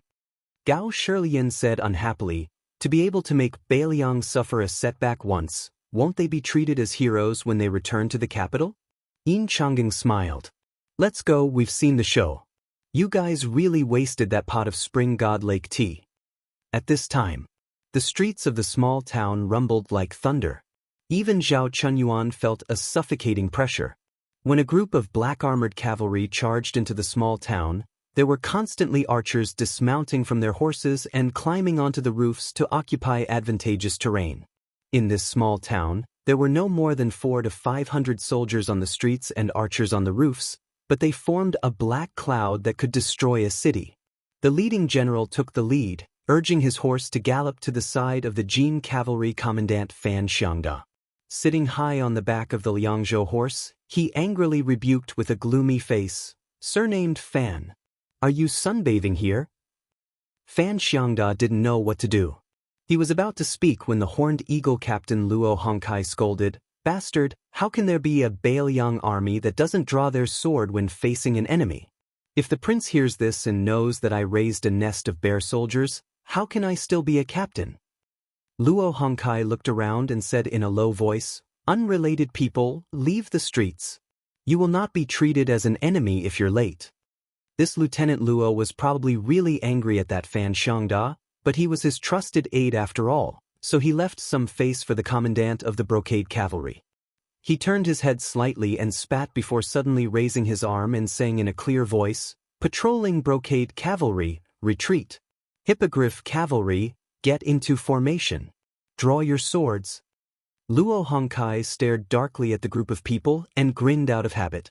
His teeth were especially white and frightening. If anyone escapes without reason, the archers will kill them on the spot. The streets of the small town weren't wide. Logically speaking, it wasn't suitable for cavalry to gallop through. However, it wasn't hard for a cavalry to charge through. It wasn't like they were going to collide with those orderly infantry formations, so they could do whatever they wanted. The Horned Eagle Captain Luo Hongkai had around 3,000 soldiers under his command. He only had 500 cavalry. He had always been very careful. He begged and asked his superiors for more than 800 B-grade warhorses from the Bailiang horse farm. In the local army, other than the first-class captains who guarded the dangerous passes, this was already a shocking achievement. For the captains of Yuzhou and Lingzhou, where most of the soldiers were infantrymen, to have 200 B-grade warhorses was already a miracle. Of course, the reason why Luo Hongkai was so capable was because the king of Bailiang had personally led 10,000 Yuzhou cavalry from Jibei to Hulu's mouth. Thanks to the prince, the Bailiang horse farm, which usually didn't pay much attention to the garrison troops in Liangzhou, had finally changed their view of the garrisoned troops in Yuzhou. Within the scope of their responsibility, they would give priority to warhorses to Yuzhou, which was never known for its cavalry. As for the captains of Lingzhou, they could forget about it. Who asked Yuzhou to have a Luandao who fought side by side with the prince? Do you have one in Lingzhou? Yen Tongshu was probably so scared that his legs had turned to jelly. His face was pale, and his lips were trembling. Even though the 4 experts who had quite a reputation in Liang Lake walked out and stood in front of them to protect them, this eldest son of the Yen family still couldn't help but tremble. This time, he was finally not as flirtatious as before. The son of the county chief of Hezhou, Lu Qingfeng, had a long face. He even had the thought of dying. "I just want to marry an assistant minister's daughter as my wife to bring honor to my ancestors." "How can you Bailiang kill people just like that?" Li Zhangliang, who had experienced the toughness of the battlefield, was probably the calmest one among them. He was sizing up all the details of this regular army in Bailiang. The 2 local playboys of Bailiang who had joined the group to run errands for the rich and powerful in the capital almost turned around at the same time, wanting to escape into the inn. However, the middle-aged man who was acting as a guard instructor for the Li family suddenly reached out his hands and pulled the 2 back. Then 2 arrows flew through the air. If he didn't pull them back from the gates of hell, then the 2 pitiful creatures would have been nailed to the back by the arrows. If they were lucky enough to survive, they would be heavily injured. Wang Yuanran finally couldn't hold back and said angrily, "You Bailiang really dare to kill people on the street for no reason?" The Hippo Hawk captain, Luo Hongkai, didn't waste his breath on him and waved his hand. The cavalry started to charge. An old expert who was the stabilizing force behind the scenes in the Yen family attacked first. The old man was a true second-grade master. If it wasn't for the fact that he suffered a fatal injury on the battlefield when he was middle-aged and coughed non-stop every time it rained and even breathing was painful, the old man might have already been a first-grade King Kong or even a mysterious Finger Realm expert. After the old man was saved by Yen Zhenchuan from the battlefield, he stayed in the Yen family to repay his kindness. In the capital, he had the nickname of Half-Chi River Crossing. It was said that although the old man had difficulty breathing when he was sick, when he was facing an enemy, his earth energy was extremely dense and he was also very skilled in martial arts. The old man faced a Hippo Hawk cavalry that charged at him, and he was just about to smash the warhorse's head with his palm when a wisp of a strange figure suddenly flashed out from the side. The figure's hands pushed lightly on his chest, and it actually pushed him back to where he stood on the spot. Just as the old man exhaled, he had no choice but to take another breath. The slightly wrinkled clothes on his chest trembled and returned to normal. He wasn't the only one. The other 3 experts from his camp all tried to block the rider's path, but they were all blocked by someone else. Even though the 8 of them clashed 4 times in the blink of an eye, each with their own advantages and disadvantages, this gap allowed the horned eagle rider to reach Yen Tongshu, who was standing at the outermost edge. When the rider brushed past Yen Tongshu, the northern cold saber that didn't seem to be swinging left a large wound on the shoulder of the stunned Yen family's eldest young master. Fortunately, Li Zhongliang pulled Yen Tongshu back. Otherwise, the wound would have been on Yen Tongshu's neck. After the first rider, there were still hundreds of riders coming from behind. Li Zhongliang, who didn't want to get too deeply involved, had no choice but to fight personally. He took 2 steps forward, bent his back and twisted his head to dodge the blade on the back of the horse. Then, he slammed his shoulder into the side of the warhorse, sending both the rider and the horse flying. However, the third rider didn't give Li Zhongliang any chance to catch his breath. Li Zhongliang took a series of quick steps, turned around, and grabbed the rider's arm that was holding the blade. Li Zhongliang roared angrily and dragged the rider off the horse, throwing him towards the 4th rider. The latter didn't even put away his blade. Instead, he leaned his body to the right and dodged it. Then he still managed to stab Li Zhongliang with his blade. Gao Shilian, who was following the crowd back to the inn, saw this scene. Although he wasn't part of the situation, he was still very worried. He said softly to Yin Changing, "Are we really going to leave like this? From the looks of it, this Bailiang cavalry really knows how to kill." Yin Changing hesitated and finally stopped. He looked at Li Zhongliang and the others in the distance, who were already in danger. His expression was heavy. The group stopped under the eaves. Gao Shiqing said angrily, "These Bailiang people are too much. How can they kill people on the street in front of so many people? Is there any justice in this world? Wang Yuanran is the son of an administrator. He didn't do anything heartless. How can the Bailiang cavalry just kill him like that?" Yin Changing didn't say anything.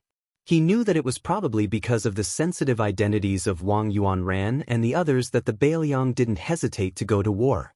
Under certain rules, the imperial court made things difficult for the Bailiang. The Bailiang could endure it, and had endured it for 20 years. However, the Bailiang couldn't be humiliated. The corner of Yin Changing's mouth lifted slightly. He walked out of the eaves and said softly to the window on the 2nd floor of the inn, "Thank you, Mr. Qi." The next moment, the streets of Escape Summer Town were filled with sword qi. The coldness of the sword qi instantly made the name Escape Summer Town more appropriate. However, before Gao Shiqing, Zhao Wenwei, and the others could sincerely sigh at Qi Jia's profound swordsmanship and magnificent sword qi, they suddenly felt a bone-piercing coldness come and go in a hurry. It was gone just like that. Then, without them noticing, a young man with a book in his hand was standing next to them. It was as if he had just been reading at home and didn't have time to relax before coming out to join in the fun. There was only a slight breeze on the streets of Escape Summer Town. It wasn't enough to flip the pages of the book. However, Zhao Chunyuan and Gao Shiqing, who were more observant, saw that the young man had just turned a page of the book. Chapter 1536. A middle-aged man stepped over the threshold of the inn. Such a simple movement made Yin Changing and the others feel a breath like a spring breeze. The man was wearing a white robe with a jade belt. The sleeves were narrow and the body was wide. The robe was made of Sichuan brocade, a first-class tribute of the Liang dynasty. The collar and sleeves were inlaid with fine and delicate brocade with golden edges. The big part was simple and elegant, but the small part was noble. Probably only this kind of refined man with a hidden edge could marry the rouge girl with the reputation of peach blossom horse and pomegranate skirt when he was 20 years old. The middle-aged man had a long sword hanging from his waist. The scabbard was black and simple, as if it was made from the skin of a python. But what was really strange was that the sword did not have a sword guard or hilt. Qi Jiajie, the #1 swordsman in the capital. Since he was 9 years old, he started practicing with the family heirloom sword, Ban Xiang. In the past 30 years, he traveled north to the 2 Liao provinces, south to Jianghuai, east to Jianshi, west to Jianghe, and visited all the famous mountains and rivers in the world. During this period, Qi Jiajie changed to the sword, setting sun, at the age of 18. He challenged 6 grandmasters of the sword, including Dongyue sword pool suzerain Song Yanqing, Guangling Spring Snow Building's chief minister Chai Qingshan, and Tangxi sword Saint Lu Baijie. He lost all 6 battles and returned to the capital for closed-door training. When he came out at the age of 26, he changed to the killing sword, Smelly Tang. At the border of Liaodong, he single-handedly fought 800 Beimang cavalry and retreated unscathed, chopping off more than 300 heads. At the age of 30, he changed to the sword, Changyu. It had no edge and no hilt, so if he held the scabbard upside down, the sword would slip out of the scabbard. Since ancient times, the long sword in the world had been called Changyu. Qi Jiajie's intention in changing to this sword was obvious. There were millions of long swords in the world, but only one, Changyu, was enough. As a result, Qi Jiajie and that northern Mang sword energy that he had changed his name to be close to yellow-green were known as Qi Shu Yellow Path, respectively viewed as the successors of Deng Tai, A and Li Chuangong's successive sword gods. After Shenyuan Qingfeng, Qi Jiajie was ranked as one of the top 10 experts of Liang. His ranking was even higher than Chai Qingshan, who had returned to the Dongyue sword pool to assume the position of suzerain. What made Qi Jiajie even more famous was that the purple dress of Mount Hui, who was known for her loftiness and arrogance, had publicly said, "Mr. Qi's realm is 1 foot lower than mine, and when it comes to killing, I'm 10 feet lower than Mr. Qi's." This directly caused Qi Jiajie, who had not shown his sword for many years, to reach the peak of his reputation, vaguely gaining the status of the #1 expert of the northern land in Jianghu. Seeing Mr. Qi come out in person, Gao Shilian and the others felt relieved. In the minds of these juniors in Jing who had heard the name Qi Jiajie since childhood, even if the sky fell, Mr. Qi would be able to hold it up with one sword. Although they had guessed that Mr. Qi's previous release and withdrawal of sword energy was mostly related to this unknown young master beside them, so what? There had always been a saying in Great Peace City that Mr. Qi's true strength was not in his current realm of the sword, but in how Mr. Qi's cultivation would be higher than yesterday's. Especially when Lu Baijie resigned from his post as Minister of War and left to take up his post elsewhere. Qi Jiajie had sent him off and even gifted his sword to him. Lu Baijie, the Tangxi sword Immortal, smiled and said, "Maybe in less than 20 years, I won't even be worthy of being Mr. Qi's sword disciple." Qi Yanglong's knowledge, Tantanan's seal engraving, Qi Jiajie's swordsmanship, and now the chess skills of Li Yang's chess saint, Fan Zhonghe. Of the millions of people in Great Peace City, who would not be proud? When the young master who had come with the book saw Qi Jiajie walk out, the two exchanged a look. Compared to the young man who had a leisurely attitude and always had the ability to find irrelevant details in the wind and waves, Gao Shiqing found to her shock that Mr. Qi had taken the famed sword from his waist for the first time and held it in his hand. At this time, a group of people quickly came from the east end of Escape Summertown. Zhao Wenwei, who was young and lively, couldn't help but look over. There were 4 people in the group, men and women of all ages. He only had his eyes on one person. As they came closer, the youth could finally see the person's appearance and could not move his eyes away. It was a woman of the same age who had just started to show signs of being outstanding. Her face, which had some baby fat, was thinning. A beauty with an oval face floated out of the water. Her robes were as white as snow, and she carried a white scabbard longsword on her back. She also had a simple red sandalwood hairpin on her head. The hairpin was like a sword that flew through her hair. In this moment, Zhao Wenwei was mesmerized. The saying that there were beauties in books was a lie. How could they be as beautiful as the real woman outside the book? Everyone had their own eyes. Gao Shiqing's first eyes were on the handsome young master in green robes and holding a sword. She exclaimed, "Li Yibai of the Dongyue sword pool?" Li Yibai was not only famous in Liang Lake, but also in Jiangnan and even in the officialdom of the capital. Li Yibai's teacher was Song Nianqing, the head of the Dongyue sword pool. His family was a distinguished family. In the past, the top 10 magnates of the spring and autumn period valued family status the most. Except for the intermarriage of the 10 families, even some of the imperial families who were not of orthodox birth disdained to form an alliance through marriage. However, the Li family that Li Yibai belonged to could become the next best marriage partner of the 10 magnates. In the spring and autumn period, there were only 8 families that received this honor: Li, Pei, Yu, and Xie.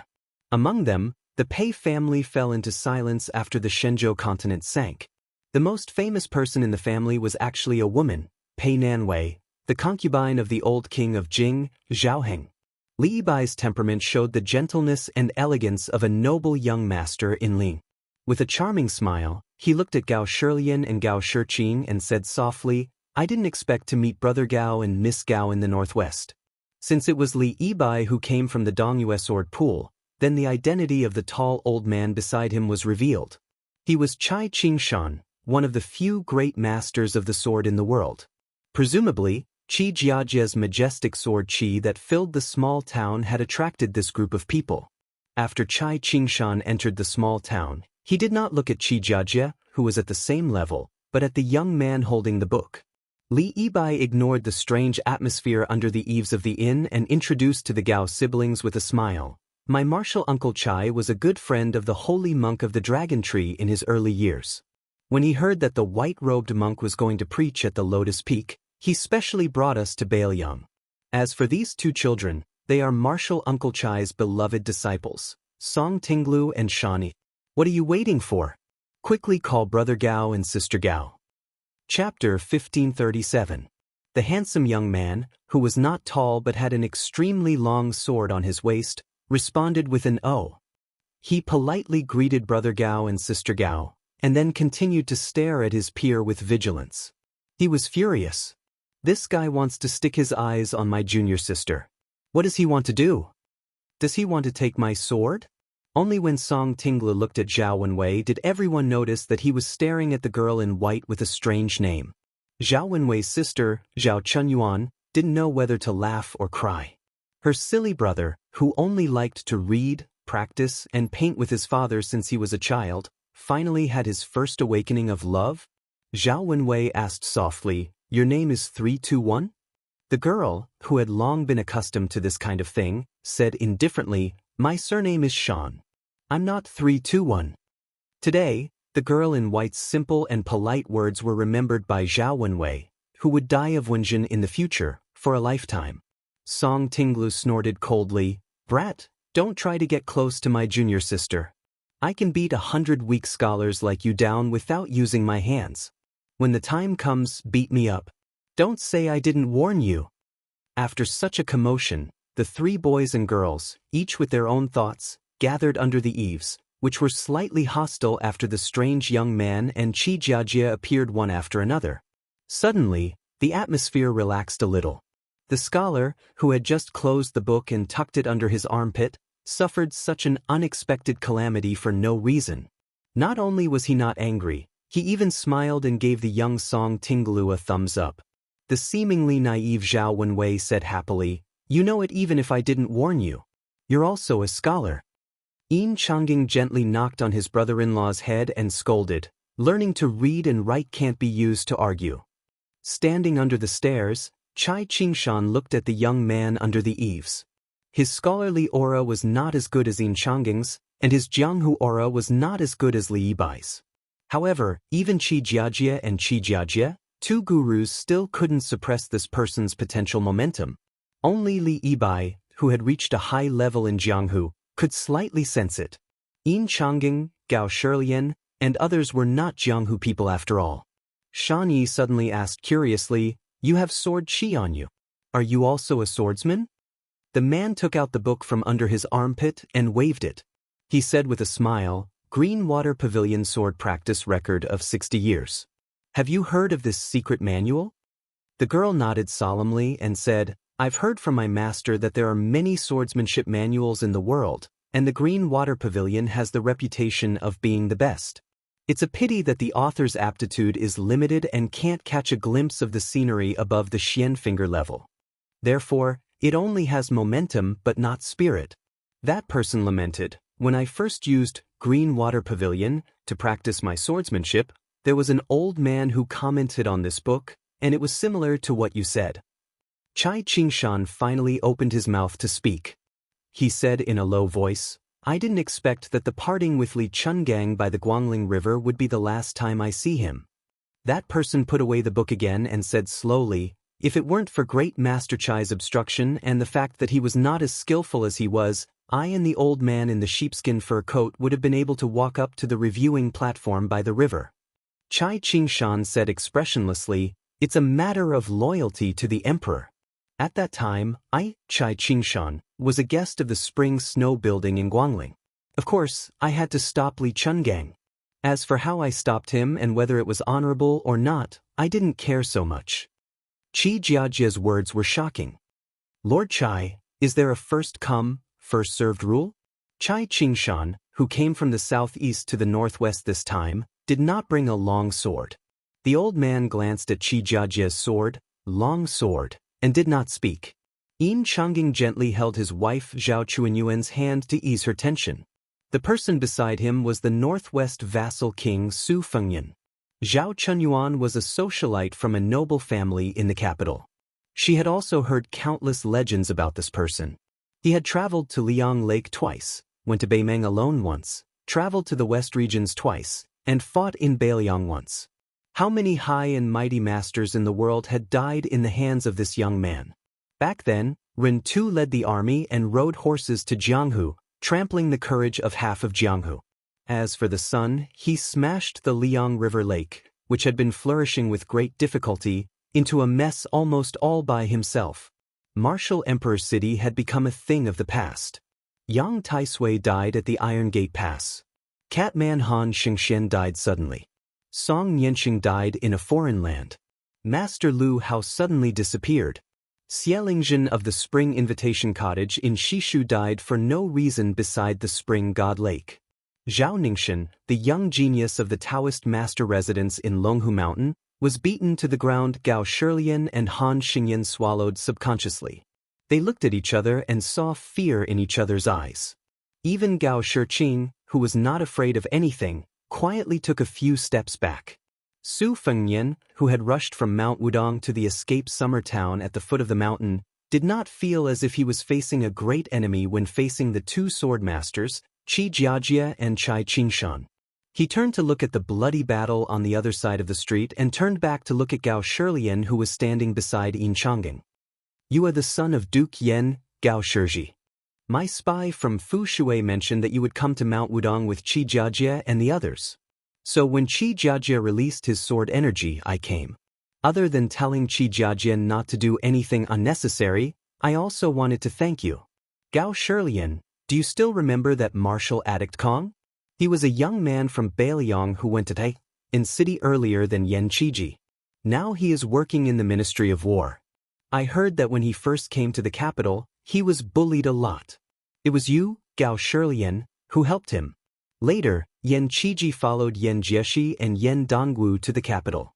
You were also the first person from the capital to hang out with Yen Qiji." Gao Shilian did not feel the slightest bit flattered. In fact, this duke's son even had the thought of killing himself. I, Kong Wuqi, and Yen Qiji felt like old friends at first sight. I have nothing to do with you, the Prince of Northern Liang. Please don't thank me. You, Su Fengyan, should just knock me out with one punch. Otherwise, when I return to the capital, rumors will spread all over the capital. Won't that bad-tempered father of mine break my legs? But Gao Shilian sadly found that he only dared to listen and could not say a word. Qi Jiajia asked, "Are you done?" Su Fengyan shook his head and said, "No hurry. It just so happens that I am waiting for someone here." "What? Are you going to stand up for Wang Yuanran and his group of playboys? But let me say this first. No matter how much trouble they make, it is still the same. For example, that Lu Chengfeng who sneaked into the capital from Hezhou, the grudges from his early years are in the past. Wang Yuanran, who fought with me at Zhujiao Embassy in Tian City, is about the same.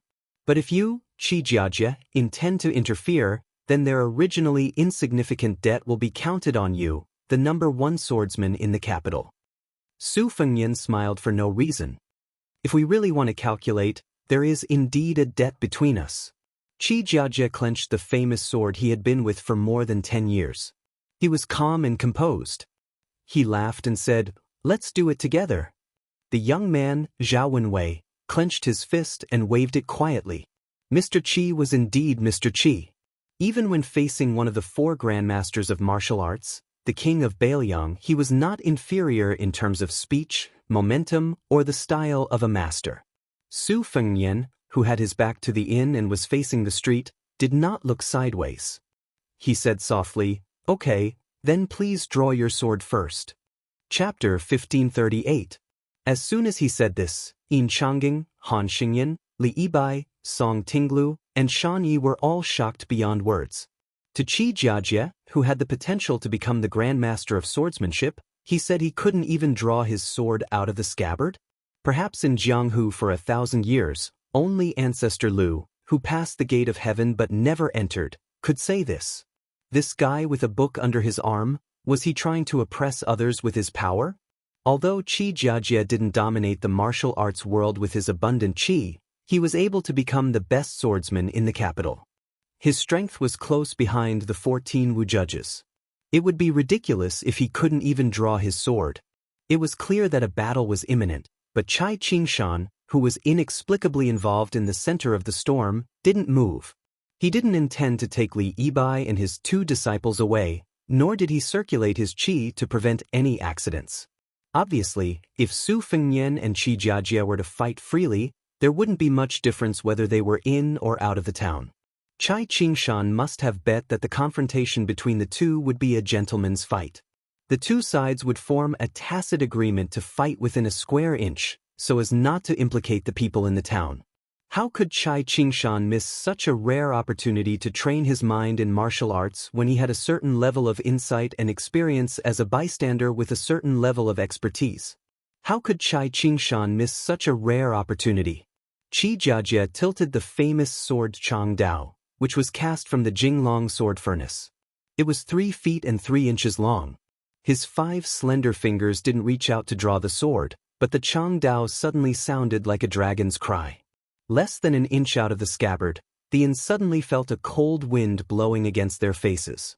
This time, after a slight stop, the Chang Dao's length suddenly increased to more than 3 inches. The Chang Dao left the scabbard twice, both times very smoothly. But in this world, things could be done once or twice, but not thrice. The Chang Dao didn't move at all. The 3 people from Dongyue Sword Lake, who had sharpened their hearing after practicing martial arts, could already hear the constant sound of mosquitoes and flies flapping their wings. Yin Changging and the others also noticed that outside the eaves, on the streets of the town, dust gradually flew into the air, forming land tornadoes. They spun slowly, like a group of women in yellow dancing gracefully. Finally, at an extremely slow speed that even Gao Shiqing could see with the naked eye, the long sword left its sheath by another inch or so. However, Qi Jiajie's Sichuan brocade robe, which seemed to be untainted no matter where he was, began to tremble slightly, like a dragonfly touching the surface of a calm lake, causing ripples. Under the scorching sun in Escape Summer Town, the place where Qi Jiajie stood under the eaves of the inn happened to be alternating between light and dark. Originally, it was difficult for ordinary people to perceive the light, but now it was not only clearly visible, but also distorted in an instant. Song Tinglu and Shan Yi blinked at the same time, thinking that their eyes were playing tricks on them. However, after blinking, those strange lights were indeed like snakes. At the same time, the small tornadoes on the street shattered and dissipated. The saber finally came out of its sheath another inch. Gao Shiqing was completely unaware that she was already sweating profusely. The black hair on her temples was wet and stuck to her crimson cheeks. Zhao Wenwei also subconsciously loosened her fists and spread out her palms to wipe the sweat on her robe. The white-clothed girl with a sword on her back was also an outsider, but in fact, she was more nervous than Gao Shiqing and the others. She whispered to the boy of the same sect, "Song Tinglu, Do you think Qi Jiajie's sword can be completely unsheathed? The sword at his waist was actually 4 feet long. Song Tinglu thought for a moment and solemnly said, "Call me senior brother, and I'll tell you the answer." The young girl wore a sword-shaped red sandalwood hairpin, and her willowy eyebrows were as thin as swords. Therefore, when she frowned, she appeared particularly heroic. However, the young girl quickly smiled brightly and sweetly called out, "Senior brother." The boy shivered as if he had seen a ghost during the day. He then pretended to be stupid and laughed. "The answer is, I don't know." Given the girl's temper, if it was in the past, she would have already drawn her sword and slashed the future sect master of Sword Lake until he ran all over the mountain. However, today, she took a deep breath for the first time and let Song Tinglu go. The latter soon understood the reason behind it and rolled his eyes. Compared to Zhao Wenwei's irritation when she glared at her junior sister in the past, the boy, who was quite energetic, had suddenly turned into a frosted eggplant, and he looked listless. There was no helping it. Her junior sister had to carefully maintain her ladylike image in front of her, as well as a certain person that almost all the other senior sisters and junior sisters of Sword Lake admired. Her junior sister was a person who would have probably never come into contact with yellow rouge in her entire life. However, after arriving in Yuzhou, every time she saw a cosmetic shop on the street, she couldn't move her feet away. At that time, even if she had to make a scene, she should have told her master not to agree to come to Bailiang with her junior sister. After the dust that had created the small tornado dissipated, it was blown up by the wind. Su Fengnian waved his hand and gently scattered it. Qi Jiajie bent the fingers of his sword-wielding hand and turned it into an illusory grip on the saber. The saber spun rapidly, as if thunder was rolling in his palm. Seizing the opportunity, the saber was forcibly pulled out of its sheath by 3 inches. However, a spider web appeared on the bluestone floor under the Northern Sword hero's feet, and the cracks continued to expand and extend outwards. Gao Shilian was so frightened that he hurriedly pulled Zhao Wenwei back in a hurry. The young couple, Yin Changying and Zhao Chunyuan, both saw Sir Qi's white robe begin to flutter. Then, the movement became louder and louder, flapping in the wind like a war banner on the battlefield. Zhao Wenwei, who previously had the leisure to secretly size up the white-clothed girl, felt uneasy.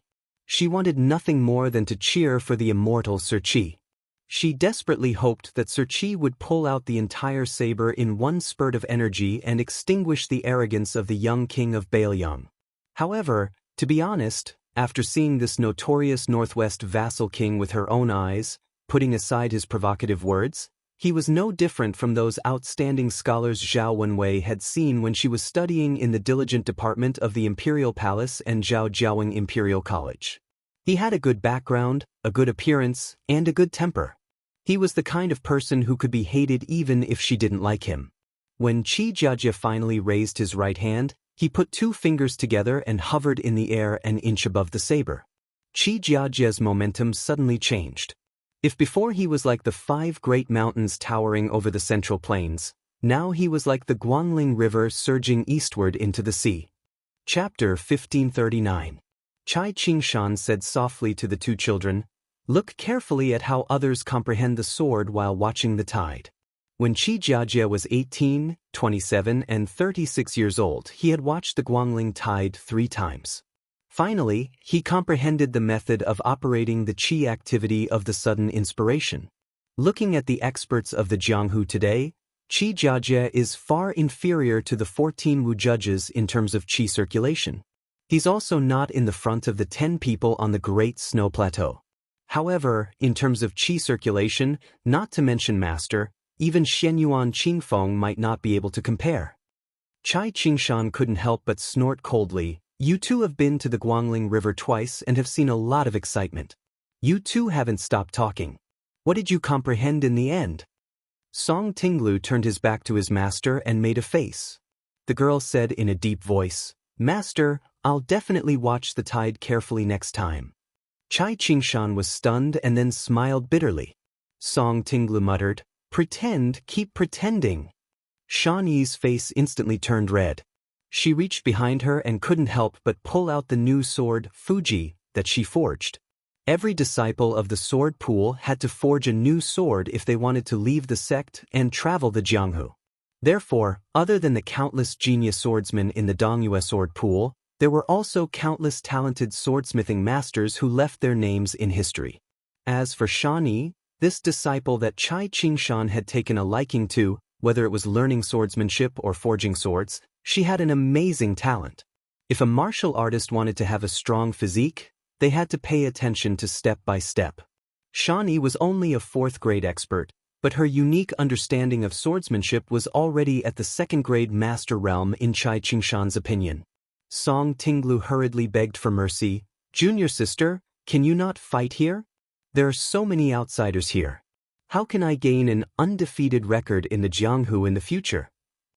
Xianxia was too lazy to pay attention to this guy who kept saying that he wanted to gain an undefeated record in the Jianghu.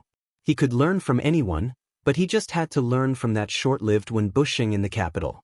He said that he didn't want to win against many masters in his life, but he wanted to be undefeated.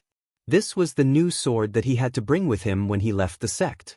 Otherwise, Song Tinglu would be carrying a wooden sword in the sword pool, acting so sloppy. Qi Jiajia's long saber was almost completely unsheathed, leaving only the tip of the sword unsheathed. Zhao Wenwei said softly, "Okay." Then he realized that Xianxia was glaring at him, and the confused youth's momentum quickly fell to the bottom. At this critical moment, Su Fengnian actually walked to the street and looked up at Wudong Mountain. On the mountain, in front of the thatched cottage near the elephant cleansing pond, stood a young Daoist dressed in an ordinary Daoist robe from Mount Longhu. Beside him was a man who was squatting on the ground and reading an ancient book with narrowed eyes. The latter said softly, "Focus, this isn't the action of a gentleman." The young Daoist said calmly, "Mister, although it goes against my conscience, my surname is Zhao after all. I'm a Daoist from the Celestial Master Residence. Uncle has been preaching in Great Peace City for many years, and now he's still in a precarious situation in the capital." In his letter, Uncle mocked himself that he couldn't even be Prime Minister Qingxi. Moreover, Mr. also knows that if Wu Lingsu is allowed to gain power, not only will it be a misfortune for Buddhism, but the orthodox Taoism will also be shaken. The scholarly man who seemed to have bad eyesight was almost glued to the page of the book. He sighed and said, "Choosing the lesser of two evils?" He wanted to say something but stopped. He shook his head and smiled helplessly. "I, by you, won't nag about those great principles. Everyone says one is one. We scholars know a lot and like to say 1, 2, 3, 4. If you don't stop us, the 5, 6, 7, 8, 9 will also come. Sometimes, if I ask myself, it's really annoying. Alright, do your work. Don't worry about me. This book is not bad. I've searched for many years but couldn't find it. I'll take this chance to read it first." Zhao Ningxin hesitated. Although this time, at most, will make him lose the destiny that was about to form in the western regions. "But mister, you still shouldn't have come to Wudong Mountain. Once he's angry, it's fine if I die, but mister, you shouldn't have died in this Bale Young. Mister should have gone further than Sun Ping in the past." Bai Yu dabbed in his saliva and gently turned a page. He said, "If the heart is too big, the appetite will inevitably be too big. It's harmful to the body." Zhao Ningxin sighed. He walked forward a few steps, closed his eyes, and formed a seal with his fingers. In the celestial master residence of Longhu Mountain, the highest bud of the purple gold lotus in the lotus pond suddenly bloomed and then withered. On the large ship on the first floor of the Qingzhou Navy, there was a scholar sitting cross-legged. There was a bowl of water in front of him. He pinched a clean white stone between his fingers and said with a smile, "Since the matter has come to this, and the situation has changed, don't blame me, Xie Guanying, for adding insult to injury." The stone smashed into the water in the bowl. At the same time, a streak of white light flashed from the southeast to the northwest. After looking at the north, Su Fengnian retracted his gaze and began to turn sideways to look at the east. Without the support of the Qi Jiajia's long spear slid back into its sheath. Qi Jiajia took off the long spear and casually threw it on the street. Yin Changing and the others were confused. Shan Yi and Song Tinglu were also confused. Chai Qingshan, who had been watching the show, also took a step forward. Su Fengnian looked into the distance and said with a smile, "The Daoist sword pool has poured in all its efforts to forge a new sword. Qi Jiajie is the sword master. The few remaining Qi refinement warriors of Liang have gathered together with Zhao Ningxian of Longhu Mountain and Chai Qingshan's help. The sword that you invited from thousands of miles away is much more extravagant than the sword that I used to kill Han Shengxian." Qi Jiajie said softly, "I'm ashamed." Chai Qingshan was silent. Su Fengnian, who still had the Green Water Pavilion sword training record under his arm, did not show any sign of anger. "Mount Wudang is not far," he said. "Burning incense and making a wish is quite effective. You'd better pray that I won't be able to block your sword," he said. The girl from the Dongyue sword pool said timidly, "Su Fengnian, doesn't the Jianghu say that you are the reincarnation of Zhenwu Great Emperor? What's the use of making wishes?" Su Fengnian could not help but say, "That's true."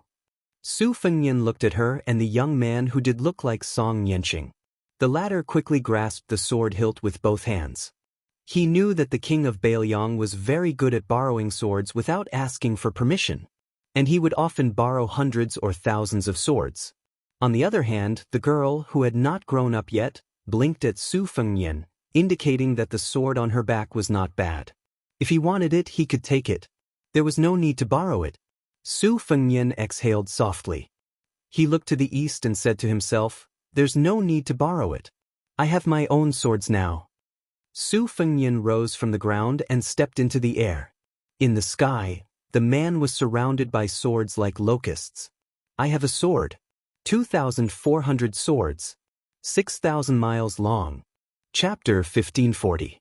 The world-renowned Mr. White Lotus was still reading the book. If there were other people around, they would think that this scholar had buried his head in the book. It was a funny scene. Back then, during the battle at the Spring God Lake, Zhao Ningxian invited the ancestors of Mount Longhu, but his golden body was still broken. However, after Zhao Ningxian's realm fell, he resolutely decided to go into a life-and-death seclusion to cultivate the Dao arts of the Jade Emperor Pavilion, which was as famous as the Wudang Great Yellow Court. Finally, he broke through and stood up again to condense his fate. The purple golden lotus in the Dragon Lake bore a natal bud. In the future, as long as Zhao Ningxian carefully nurtured it, he might be able to ascend like his grandfather Zhao Shi and his father Zhao Danxia. He might even have a higher rank and complete the magnificent feat of ascending on the dragon. Therefore, this time, Zhao Ningxian destroyed his own purple gold lotus and guided the 10,000 miles sword to break Su Fengnian's fate. He was destroying both jade and common stone. Otherwise, with Qi Jiajie's sword strength, he wouldn't be able to fly from Dongyue Sword Lake to Wudang Mountain in the northwest. Zhao Ningxian's body swayed and fell to the ground. He murmured, "Along the way, I kept telling myself that it was for the sake of the Central Plains orthodoxy, for the people of Liang, and at least for the 1,000-year inheritance of the Celestial Master's mansion in Dragon Tiger Mountain. But in the end, it was just for my own selfish reasons. I wanted to solve the inner demon of my defeat at Spring God Lake." Bai Yu walked to the young Taoist with a book in his hand and said softly, "Ordinary people bully others, immortal people bully heaven and earth. It's not hard, but it's easy to deceive yourself. It's always easy to say it's easy, but it's hard to say it's hard." He bent down and put his hand on the young Taoist's shoulder. He said softly, "Ningxian, don't blame yourself. Since you've passed this hurdle, you should cherish it more. As for me, I won't be able to pass this in my life. I don't want to be like Xian Yuan Jingqing, who can't get out of Mount Hui. In the future, you and I will be senior brothers. You can cultivate in peace on the mountain, and I can be Zhang Julu at the foot of the mountain, or Sun Ping, who died before achieving victory. It doesn't matter anymore." The man from the Taoist Master Mansion, who was personally bestowed the title of Mr. White Lotus by the late Emperor of Liang, squints his eyes and looks into the distance. "My eyes are not good. Unfortunately, I can't see how magnificent that sword is." Zhao Ningxian looked into the distance and said bitterly, "Then I'll take a look for you." At the Green Mule Ferry at the west end of Bailu Lake, under the tight escort of the Qingzhou Navy, 100,000 Nanjiang elite troops began to methodically cross the river. This was undoubtedly a huge project, but the Qingzhou navy that was temporarily under the command of the king of Jing and Zhao Sun was cautious and conscientious. They won the approval of the Qingzhou navy, including the general of Nanjiang, Wu Zhongshuan, and changed their bad impression of the Qingzhou navy that was said to be an embroidered pillow. However, the young vassal king who assisted the southern border army in crossing the river did not have much interaction with that great General Wu. They had only met at the banquet for the southern border generals. However, that night, as long as there were prostitutes in Xiangfan City and even the entire Qing province, almost all of them were invited to the Qing province navy ship. The king of Jing and Zhao Sun also had the elegant title of Rouge Prince in the literary circle of Qingzhou. On the ship that had quietly withdrawn all of the Qing province navy soldiers, a man and a woman stood at the door to the cabin. They looked at the middle-aged scholar who had been sitting cross-legged for a long time. Earlier, they had watched him inexplicably place down a white bowl and then toss in a stone. The young man was wearing a brocade robe and a jade belt. He was elegant and elegant. The graceful and moving woman also took off her hat after boarding the ship, revealing a face that could make the old Qingzhou faction's bigwigs dumbfounded. The woman and the concubine Pei Nanwei who accompanied the old king to the underworld were 80% similar in appearance and 70% in spirit. The woman frowned and said, "Prince, that light just now was Sorchi?" The king of Jing and Zhao Sun said helplessly, "You're asking me? AI with my mediocre skills." She didn't pretend to be a mature woman or a shy girl. She didn't even want to smile. She just slightly raised the corner of her mouth. No matter how many times Zhao Sun saw this kind of cold expression, he still felt a rush of excitement. The rising young vassal king of the Liang dynasty held her hand without saying a word. A man in a white robe walked out of the cabin and passed by the two people. He walked to the side of the gray-haired scholar and glanced down. He saw that in the white bowl, there was a thin white line cutting through the water. The middle-aged scholar waved his hand and the bowl disappeared. He slowly got up and walked to the railing with the man in the white robe. He looked around and said with emotion, 800 miles of Spring God Lake. In addition to the Guangling River, there are 4 rivers flowing into it. What a magnificent and boundless place. Even the villagers who have lived by the lake all their lives wouldn't think that the Spring God Lake is actually withering day by day like an old man past his prime. But the white reed lake under our feet is like the scene of the young man gradually turning into the prime of his life. It will become more and more vast and eventually become the biggest lake in the world. Huang Longshi once said that the fate of the world is predetermined, but it doesn't stop moving. The land is the master and the water is the guest. If you don't keep it, you can't get it. The handsome man in the simple white robe didn't comment. The Confucian scholar smiled and said, "For the sake of the fate of Liang and northern Liang, Qi Jiajie had no choice but to give up his lifelong ambition. He abandoned Changwu and went to the sword pool of Dongyue to seek a sword. After Qi Lianhua created havoc in the imperial astronomer of Great Peace City, Liang had no choice but to gather all the remaining Qi cultivators of the northern supporting dragon sect at the sword pool. They used their lives as the price to inject their essence, blood, and spirit into the sword furnace. Such a big movement was just an extravagant hope to shatter that person's newly obtained fate. Thinking about it, the Zhao family of Liang was indeed aggrieved. Thousands of scholars died and the Jianghu people flooded in. Then there was the Lotus Peak debate. Even the 2 famous Daoists of Huainan and Jiangnan flocked there. This was the attitude of the whole world. Seeing that Beiliang didn't follow the rules, the person sitting on the dragon throne in Great Peace City couldn't come up with a good solution. To be honest, if I didn't add fuel to the fire, Qi Jiajie and the others wouldn't have succeeded. Chapter 1541. Xie Guining, who ranked first on the celestial map, and Chen Jibao, who left earlier than the 10,000 Shu soldiers who were summoned to quell the rebellion. Xie Guining did not turn to look at the king of Jing'an, who had succeeded in inheriting the title like Su Fengyan. He laughed softly and said, "Without Lu Su's help, he is doing well." Xie Guining joked, "Your Highness, you should give him some face. He admires you a lot. Furthermore, we still have to rely on this emperor of 10 years in the future. Without him, things will be much more troublesome." Chen Jiba looked towards the northwest. The bright white rainbow was becoming more and more majestic. Even the extraordinary king of Shu narrowed his eyes subconsciously. Before Xie Guaniying noticed the clues and threw the stone into the bowl, in a large reed marsh at the east end of Bailu Lake, a small boat stood still and moved with the waves. On the bow of the boat, there was a bright red robe that spun quickly like a blooming peony. The red robe suddenly stopped. The joyful face looked towards the sky. Just as she was about to fly into the sky, the woman lying on the boat with her eyes closed said, "Don't worry about men's business." In the capital of West Chu, Chao Changqing, who had rushed back to the imperial court from Bailu Lake to take charge of the military and political affairs, came to the wide white jade square outside the hall. His gaze followed the sword light from east to west. He sighed and said, "Lord Yanxing, this sword should have been waiting for me outside Daoist city, right?" Chao Changqing said loudly, "Su Fengyan. Please help Li Chungang, Wang Xianji, Jian Zhihuang, and all the people of Jianghu who have died in Jianghu. Teach the people in the imperial court what Jianghu is." The three Taoists walked along Guangling River to the east. When they could see the outline of Xiangfan City, the young Taoist in Wudong robe stopped. The little Daoist whose entire body was flowing with spiritual qi asked curiously, "Master, why aren't you moving?"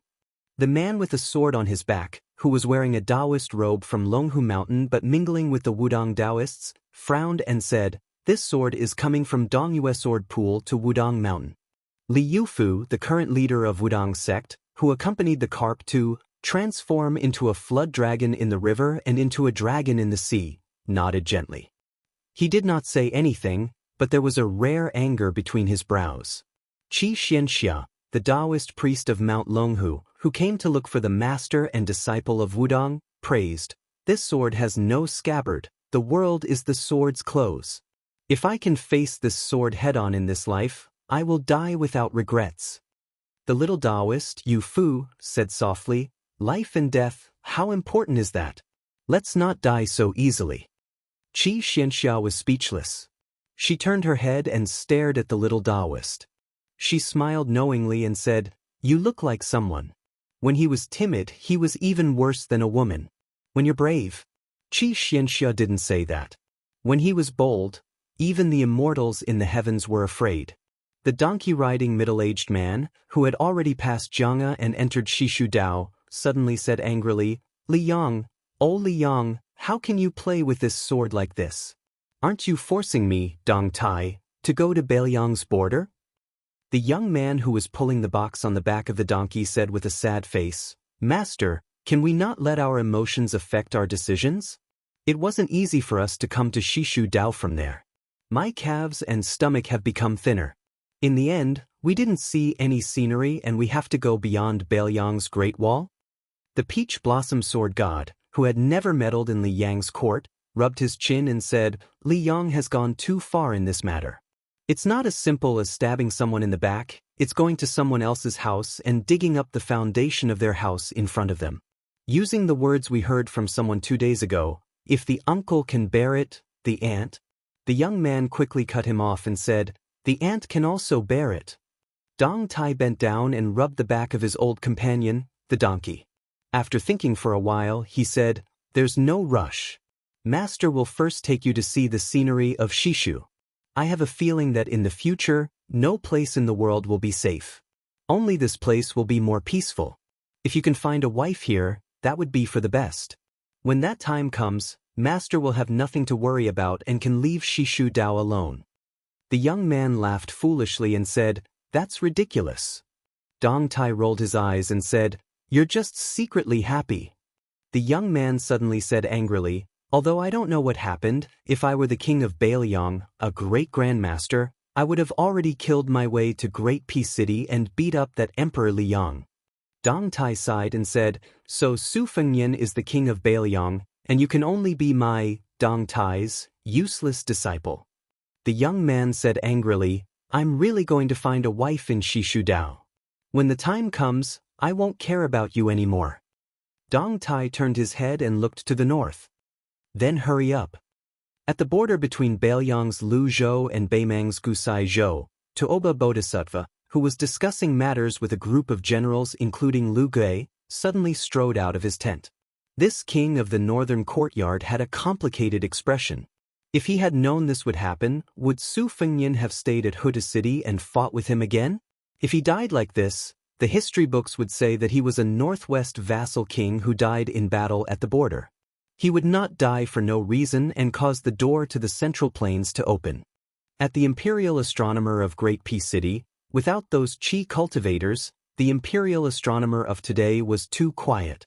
A young man wearing a yellow dragon robe and a young man wearing the uniform of the imperial astronomer walked side by side. The emperor tried his best to speak calmly and asked, "Little bookshelf, how confident are you?"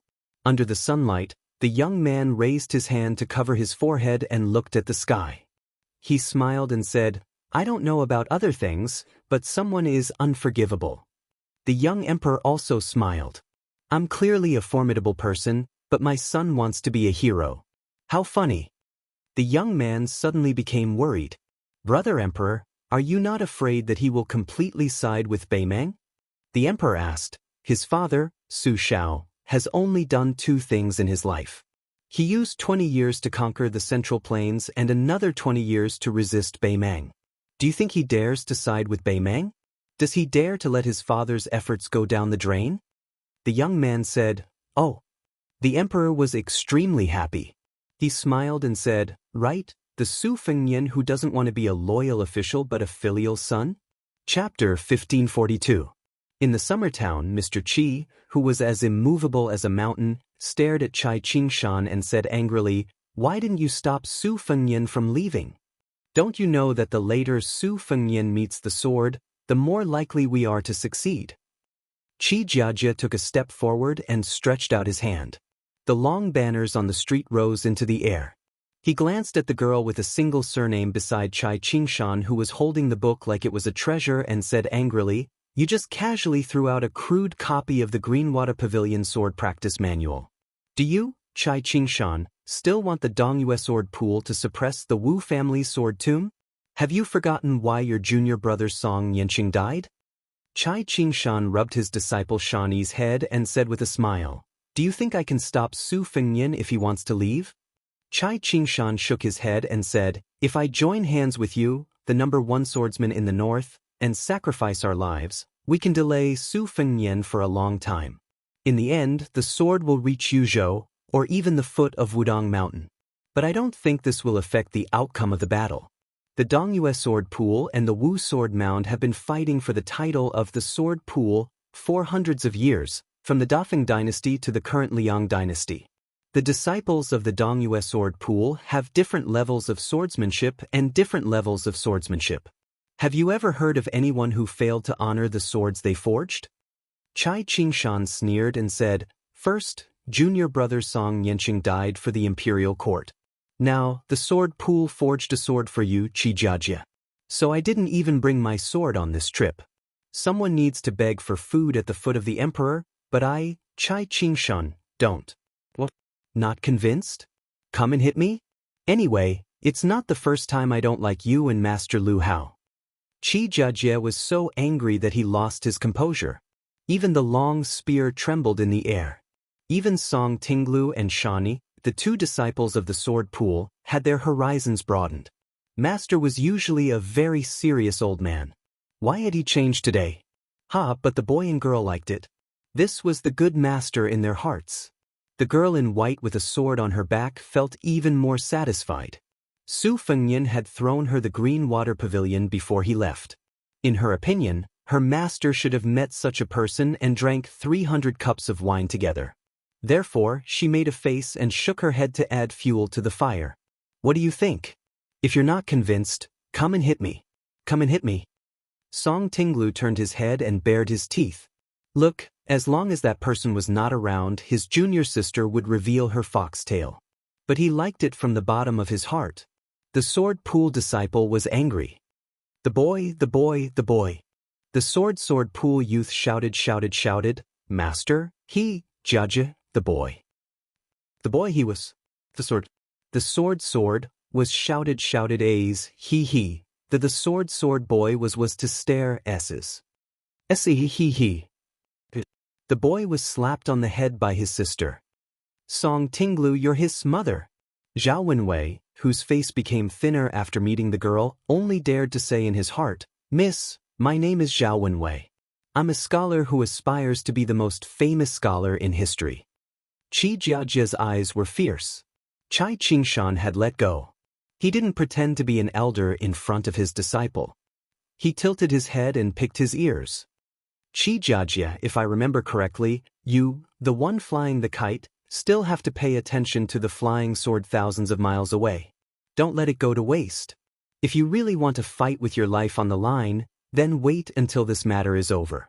When the time comes, regardless of whether it is your swordsmanship or your state of mind, you will have benefited greatly after this trip.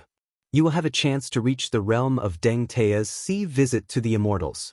When the time comes, you and I will definitely die. Qi Jiajia suddenly closed his eyes and sensed the thread-like will of the sword. After he opened his eyes, he regained the otherworldly demeanor of Mr. Qi of Grand Peace City. He smiled and said, Chai Qingshan, you don't have to talk about the demeanor of a swordsman or the honor of Jianghu. You just don't think that the sword can achieve anything. Let me tell you a piece of news. Someone has secretly added a great aura to the sword that is enough to trigger the anomalies of the world. Chai Qingshan narrowed his eyes. Let's wait and see. Qi Jiajia smiled and waved his hand. The long tortoise and sword were nailed into the pillar of the inn. Han Shengxian was waiting for him in Shenwu City. Yang Taisui was waiting for him outside the Iron Gate. Huang Qing and the Bronze Man Grandmaster were waiting for him in Liuzhou. Diwu Raccoon went to Mount Bubang to find him. Wang Xianji went to Bailiang to find him. Tuoba Bodhisattva was looking for him in the western regions. This time, it was nothing more than a sword looking for Su Fengnian. Su Fengnian broke through the air on the spot. He summoned 2,400 sword wills of 1 qi and took the initiative to meet the sword. Su Fengnian stepped on a sword of qi. He floated in the wind. With the sword under his feet, he walked with the wind. Qi Jiajia was only a medicinal primer carefully prepared by the Liyang Imperial Court. It was not difficult for Su Fengnian to kill him, whether or not Chai Qingshan of the Dongyue sword pool was there to stop him. Why did Qi Jiajia happen to arrive at Fuxia town almost at the same time as Wang Yuanran and the others? Otherwise, with the great reputation of Mr. Qi in the capital and the background of Yin Changing and the others in the imperial court, how could there not be a few rooms on Mount Wudong for them to stay and rest? Qi Jiajia wanted to use the abundant sword aura that leaked out of the town of escape heat to force Su Fengnian to come down from the mountain and reveal himself. Then he would pretend to unsheath his long sword and have an ulterior motive in this competition. He wanted to bite Su Fengnian's unique qi to death, so that he could find a target for the 10,000ly coming from the east sword. Of course, Su Fengnian was not unfamiliar with this bold move. In fact, to be precise, he was the ancestor of this trick. Back then, when there was a great disparity in strength, he still insisted on killing the cat Han Shengxian. For this purpose, he planned carefully. First, he lent the sword to Sui Xiegu in Wu City. Then, he returned the sword to the outside of Shenwu City. Only then, he was lucky enough to kill the Catman who was known as the first person on Earth below the immortals. Su Fengnian smiled and said, "An eye for an eye. It's not that you don't want to take revenge, it's just that it's not time yet." He stepped on the tip of his foot slightly and the tip of his sword slightly tilted. Then, the whole forest of swords soared into the sky and rushed into the thick clouds. When Su Fengnian broke through the clouds together with the swords, it was like a school of fish jumping out of the water. Above the sea of clouds, the rays of the sun shone brightly. The sunlight was so unscrupulous that it seemed to have draped the clouds with a graceful and magnificent golden coat. Heaven and earth were quiet and the atmosphere was peaceful. Only the swords were agile and wanton, leisurely wandering. The duck in the spring river knows when the water is warm, and the cicada is aware before the golden wind rises. The finger mystery state had the ability to predict the future. Therefore, when fighting against the enemy, they always had the advantage. The celestial state, the third realm of the first rank, got its name because of the resonance between man and heaven. Entering this realm was no different from the qi cultivators who were good at prying into the world's atmosphere, or even better. They had a keen intuition about the direction of the general trend, especially when it involved themselves. The highest land immortal among the first-rank 4 realms was known to travel the East Sea in the morning and arrive at the Great Desert in the evening. His wanton and unfettered behavior was worthy of the 4 words, wonderful beyond words. In today's world, who would dare to say that the good-for-nothing crown prince of the past was not a true immortal? The Wudong peaks behind Su Fengnian gradually faded away. He could clearly sense that the distant sword had just flown from Gangnam-do to Huainandao. A battle of life and death was destined to take place above the 9 heavens. But after all, there was still Huainandao between them, so Su Fengnian was still not in a hurry. Aside from the 2,400 swords, Su Fengnian stood on the flying sword with his hands behind his back like an immortal on stilts. He stared at the vast sea of clouds and sighed. He never thought that he would have such a day. It had always been Su Fengnian's childhood dream to be a hero who could walk on snow without leaving a trace and leap over roofs and vault over walls. In any case, his Su family already had the Su family saber that could make all heroes in the world bow their heads. Then he would carry his saber and roam Jianghu in Jianghu, eradicating evil, helping those in distress and helping those in distress, killing bandits to save women and children, killing rapists to save beautiful girls. On one hand, he was chivalrous and righteous, and on the other hand, he was acquainted with the heroes of Jianghu whose names shook the world, earning himself a nickname similar to Divine Saber Su Fengnian. At that time, the Jianghu of the Central Plains was quite popular to use the title Gongzi as a suffix. When he was young, His Royal Highness discussed with his eldest sister for a long time and very carefully listed out a large number of Gongzi. For example, if he wore a white gown, he would use the title Jade Tree Gongzi. If he wore a green gown, he would be called Azure Dragon Gongzi. He had long promised his younger brother Huang Man that he would help him snatch the world's most beautiful woman as his wife. It was a pity that second sister who only liked to read history and military books scoffed at this. But when the youth vowed that he would find a good wife, just like how Su Shao had found his mother in the Jianghu, second sister finally smiled. Second sister finally smiled. For the first time, she didn't mock her. His Royal Highness, who was lawless in Baoyong, only heard later that there might be immortals in the world who could fly through the clouds like birds.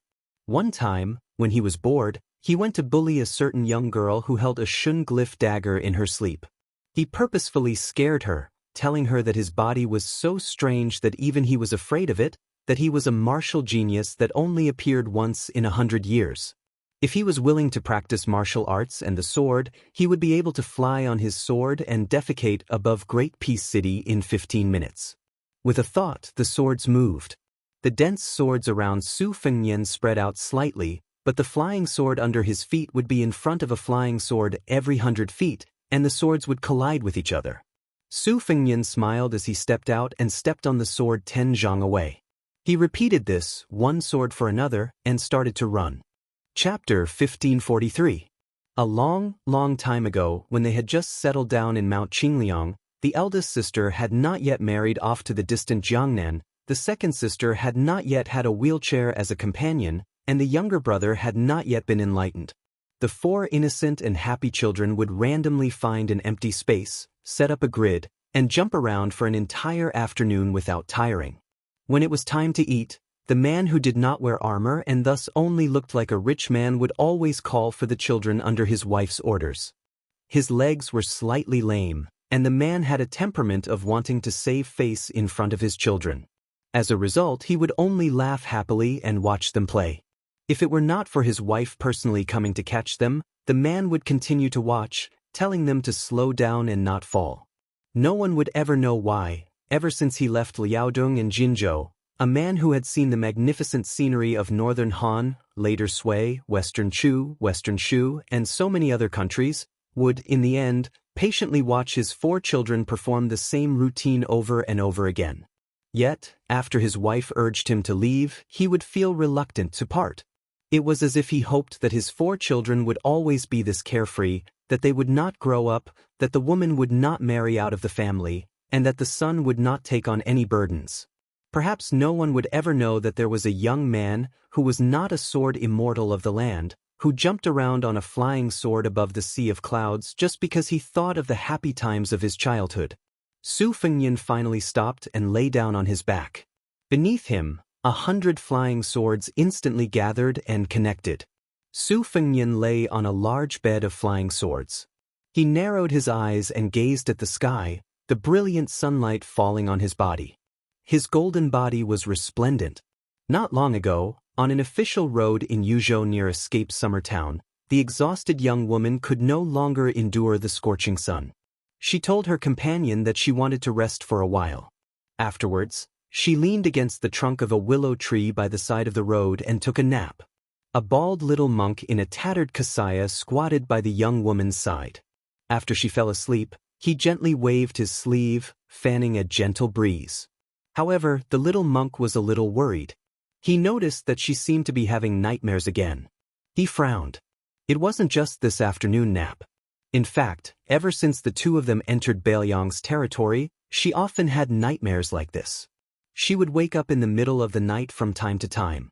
No matter how tired she was, she would refuse to close her eyes and sleep. I didn't take good care of Thingy. Thingy has suffered a lot. She hasn't bought any rouge for more than half a year. She doesn't even look at the shops. Thingy even deliberately said that she doesn't like rouge anymore. Master, while Thingy still likes rouge, please teach me. This time, I will study diligently and become a Buddha as soon as possible. The small monk suddenly heard a very familiar voice. This stupid disciple of yours. The little monk hurriedly raised his head with a face full of pleasant surprise. Then he stretched out his finger and made a shushing sound, indicating that the newcomer should not disturb her. The little monk did not even bother to wipe away the tears on his face. The white-robed monk who had rushed over from Mount Wudong sighed in his heart. His daughter was right. She was a stupid girl. Li Xiaoxin slowly sat down on the ground. Abbot. The area within a radius of 10 feet immediately became cool. The white-robed monk closed his eyes and gently stretched out his hand to touch the space between his daughter's eyebrows. 3 years of Xiangfu. It was the end of autumn. The Beimang army had gathered again. 400,000 elites were continuously pressing on Huayang Pass. A young monk broke through the clouds and landed outside the city like an immortal. He sat cross-legged. The young monk suddenly raised his head and said in a deep voice, "The world is so big. Please allow me to erect a benevolent monument in front of Beimang City." He closed his eyes and put his palms together. In fact, he did not say it out loud. No matter how big the world was, it was only the east, west, north, and south. The cavalry did not charge. Instead, they slowly held the line and then released thousands of arrows. The arrows were densely packed like a swarm of locusts. The entire sky was like a fragile piece of silk that was instantly torn apart by sharp weapons.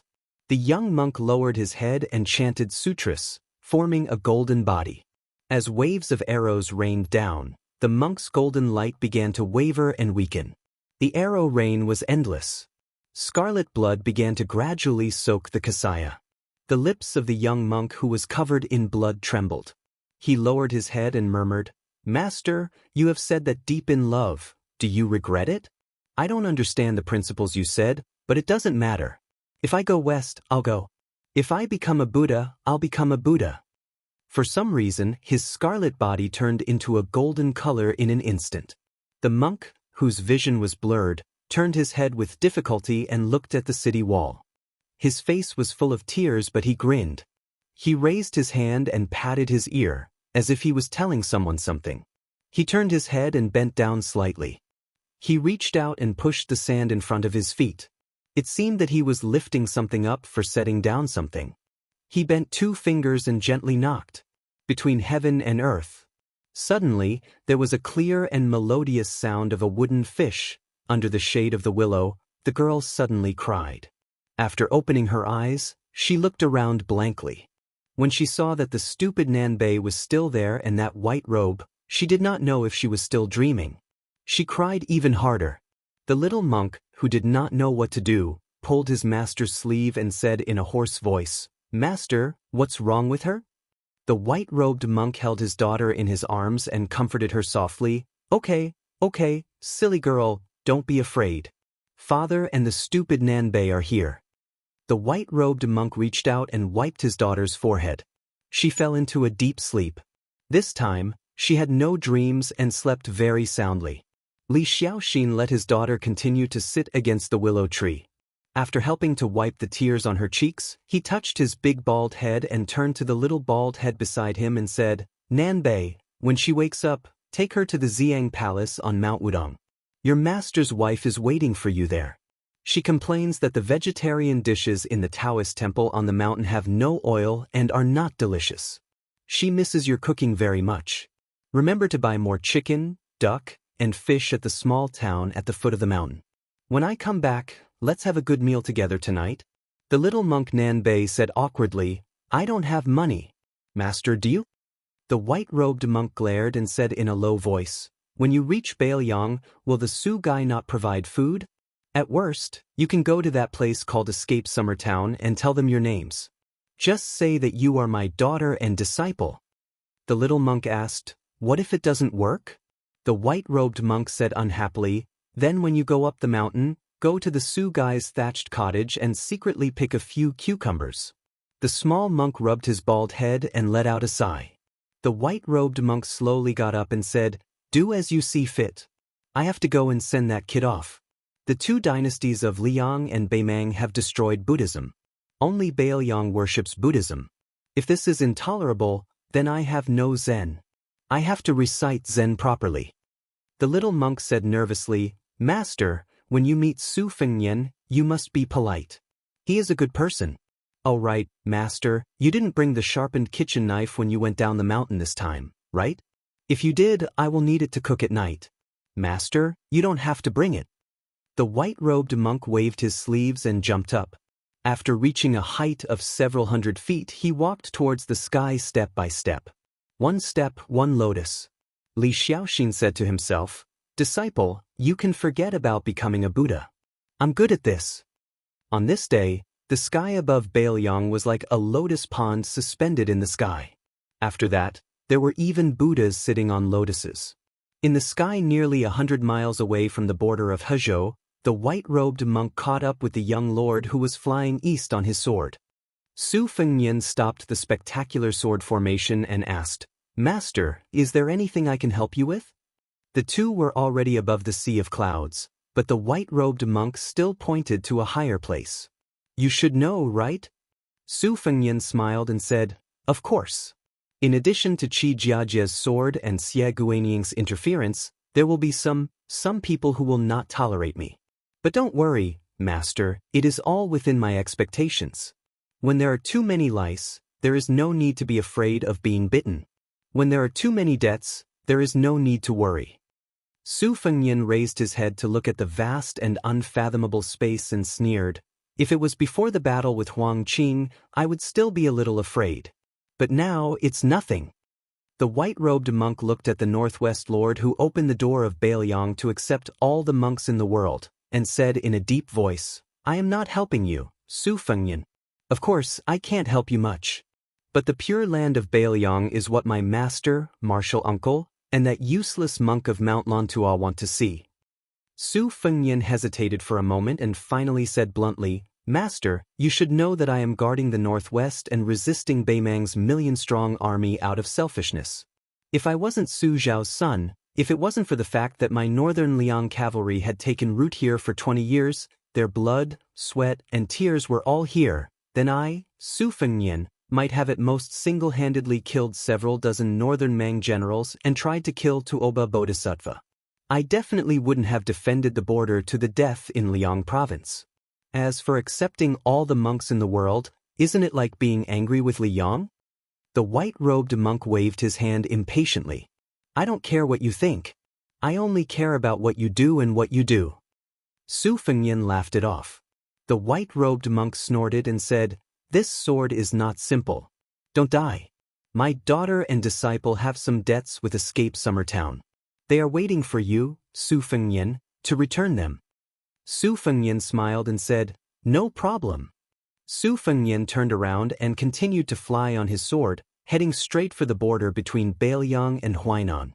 The white-robed monk turned to face the west, But when he turned his head to look at the slightly lonely slender figure, he somewhat resembled himself when he went down the mountain from the 2 Zen temples and traveled thousands of miles to the west alone. The white-robed monk smiled. Not long ago on Mount Wudong, his wife said that it would be great if they had 2 daughters. At that time, he thought it was ridiculous, but now it seemed that it was not so ridiculous. The white-robed monk put his palms together and softly chanted the name of Buddha. Chapter 1544. Around the white-robed monk, lotuses as large as mountains bloomed one after another. The lotuses bathed in the dazzling sunlight rose above the sea of clouds.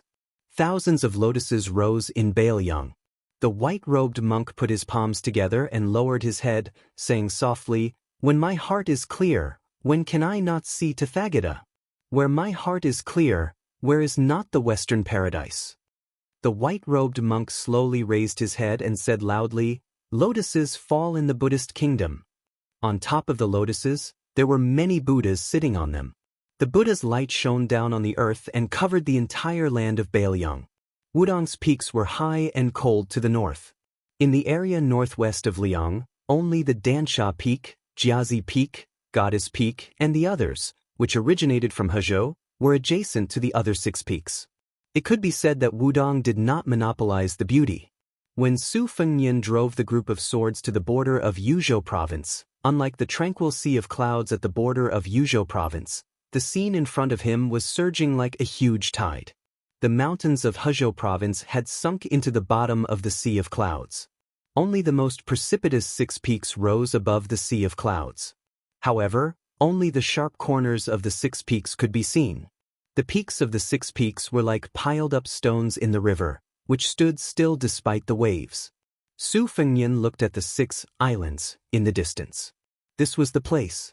If Xie Guanying did not make things worse, even if Su Fengnian allowed the flying sword to enter Yuzhou, he would still have a chance of winning if he stayed in the escape town. However, it was different now. Xie Guanying's intentions were far-reaching. Not only did he want the sword to break the fate of Chicken Soup Monk, he also wanted to break the fate of Su Fengnian and Baoyang. If they fought at the foot of Wudong Mountain, even if Su Fengnian successfully received the sword, once the scattered sword aura escaped, it would still bring disaster to Baoyang. In that case, he would still lose and he could not afford to lose. If he wanted to fight, he could only fight outside of Baoyang's border. Su Fengnian gently exhaled. He put 2 fingers together and pointed to the sky. He smiled and said, "The first sword, the sword starts at the border." Apart from the flying sword under his feet, the 2,400 swords scattered in an instant. All of them had their swords pointed upwards and hovered in the sky above the border of Yuzhou province. Then, Su Fengnian retracted his fingers, bent his arms, and suddenly swung them outwards. Second sword, armored cavalry in formation. After dispersing, the 2,400 or so swords, which had originally appeared rather thin, actually grew from 1 sword to 100 swords in an instant. In the sky above the eastern border of Yuzhou province, a sword net seemed to have been set up. It was as if close to 300,000 Baoyang cavalry were here in formation. After setting up this magnificent sword formation that had almost exhausted all of his spirit, Su Fengnian didn't just stand in the middle of the sword formation and quietly wait for the uninvited guest. Su Fengnian tightly pursed his lips. His eyes were resolute. If an outsider saw Su Fengnian for the first time, the first thing they would see would be his pair of red phoenix eyes. If they looked carefully, other than feeling that he had an outstanding appearance, they would also notice his slightly thin lips. It was inevitable that they would guess that such a person must have a cold temperament. Baoyang has 300,000 border soldiers, and Baoyang has millions of families living in poverty. Today, let me, the king of Baoyang who feels guilty towards you, not feel so guilty. Su Fengnian raised his hand and rubbed his face hard. He said softly, "Old Huang Wenhua, the old man in the sheepskin fur coat, I'm very happy to have met you in this life. I don't need to apologize to the 3 of you, because I know you don't want to hear it at all." Su Fengnian lowered his head and smiled. Then let's go. Su Fengnian took in a deep breath, but didn't exhale. He took a step and rushed towards Dansha Peak where the sea of clouds was roiling. Su Fengnian's figure dropped rapidly. He stepped on the top of Dansha Peak and then shot up. After landing on the next peak, his figure leapt up again, constantly borrowing the power of this great mountain. Accompanied by the shocking rumbling of the rolling rocks, Su Fengnian, who had no more mountains to land on, opened his 5 fingers. His entire body collided with a dazzling white rainbow that cut through the sky. Yuzhou was 100 li away from the border, high up in the sky. When Su Fengnian's palm collided with the tip of the sword, the originally vast cloud of clouds exploded and completely dissipated. There were no clouds for 10,000 li. The sword that Su Fengnian's palm blocked was flowing with purplish gold light. It was actually 10 feet long, but as thin as a willow leaf. Therefore, this sheathless sword was all sword tip. It was the largest sword furnace in the Dongyue sword pool that had been sealed for nearly 200 years, the Dafeng sword furnace. It was said that the last emperor of the Dafeng dynasty had once thrown an heirloom imperial jade seal into the furnace. Therefore, the fate of the Dafeng sword furnace was preserved until today. The furnace was quietly opened at the end of the auspicious year of the Liyang auspicious year. The furnace fire was so strong that it could be faintly seen from 10 li away. The Dongyue sword pool had no choice but to build 4 tall buildings that reached the clouds around the sword furnace. Qi cultivators of the supporting dragon sect waited outside the buildings to conceal the sword aura and fire. Su Fengnian was knocked back more than 10,000 feet by the collision of the sword. He was pushed back more than 2 li. Even Tuoba Bodhisattva's all-out attack, Dong Tai's all-out attack, or even Wang Xinji at her peak, would not have such power. Su Fengnian's mind was clear of distracting thoughts. All the qi in his body madly gathered at the point where his palm and the tip of the sword collided. Although the incomparably sharp tip of the sword had not yet pierced through Su Fengnian's palm, Su Fengnian was well aware that as long as there was a small opening, even if the opening was insignificant, it was very likely that he would be defeated like a landslide. Chapter 1545. The nameless sword, which had come from the Dongyue sword pool to the sky above River Province in a spurt of energy, seemed to have the intelligence of a human. After being enraged, its aura increased instead of decreasing. The sword qi swirled chaotically, illuminating Su Fengnian's purple-gold aura. The chilling sword light had solidified, whipping Su Fengnian's body. Ripples appeared on his robe that was flowing with aura energy. The sword swept past Dongyue Path, Guangling Path, Gangnamdu Path, and Huainan Path. One sword light chilled 19 provinces. At this moment, it had almost reached the peak. Its momentum was unstoppable. Su Fengnian pressed his palm against the sword tip. In order to weaken the terrifying momentum of the sword, he had no choice but to bend his knees slightly and lean his body forward. One man and one sword dragged a thick trail of smoke and mist in the sky. They passed Bo's Peak, Zixio Peak, and Old Man Peak. Su Fengnian's retreating figure passed 3 peaks in a row. He was less than 50 li away from the sword formation at the border of Yuzhou. Su Fengnian's robe was covered in hard frost. The aura that leaked out of his body was clearly not enough to disperse the frenzied sword intent. When Su Fengnian saw Goddess Peak from the corner of his eye, he finally let out a breath. The sword tip pierced his palm instantly. Blood splattered. Su Fengnian used the sword tip as a fulcrum and leaned his body forward. His posture was like pushing a mountain with one hand and shaking Kunlun with his strength. They passed Goddess Peak, Jiazi Peak, and Dansha Peak. They passed 3 more mountains. The sword tip had completely pierced Su Fengnian's palm and slightly peeked out from the back of his hand. Su Fengnian was expressionless. He stretched out his left hand and placed it on the back of his right hand. The aura in Su Fengnian's body circulated for 800 li in an instant, surging like the tide of Guangling River. 2 palms, 1 horizontal and 1 vertical. Layered thunder. But in the short 3 li, the sword tip still peeked out from the back of Su Fengnian's left hand. The sword tip was only an inch long, but it had a lofty aura. Su Fengnian stomped his foot. Thunderous roars could be heard from the ground of River State. He allowed the tip of the sword to pierce his back another inch. The momentum of the sword finally paused. The scarlet blood flowed down the back of Su Fengnian's hand and into his sleeve, and then quickly condensed into a pool of blood frost. Although the forward momentum of the long sword had been forcibly stopped, it did not mean that the momentum of the sword had begun to decline. Almost every time Su Fengnian retreated 1 li, the tip of the sword would pierce through the back of Su Fengnian's second hand by half an inch. It was only 20 miles away from the border of Yuzhou province. The long sword began to draw an arc in the air, and the tip of the sword pointed downwards as it fell towards the land of Yuzhou.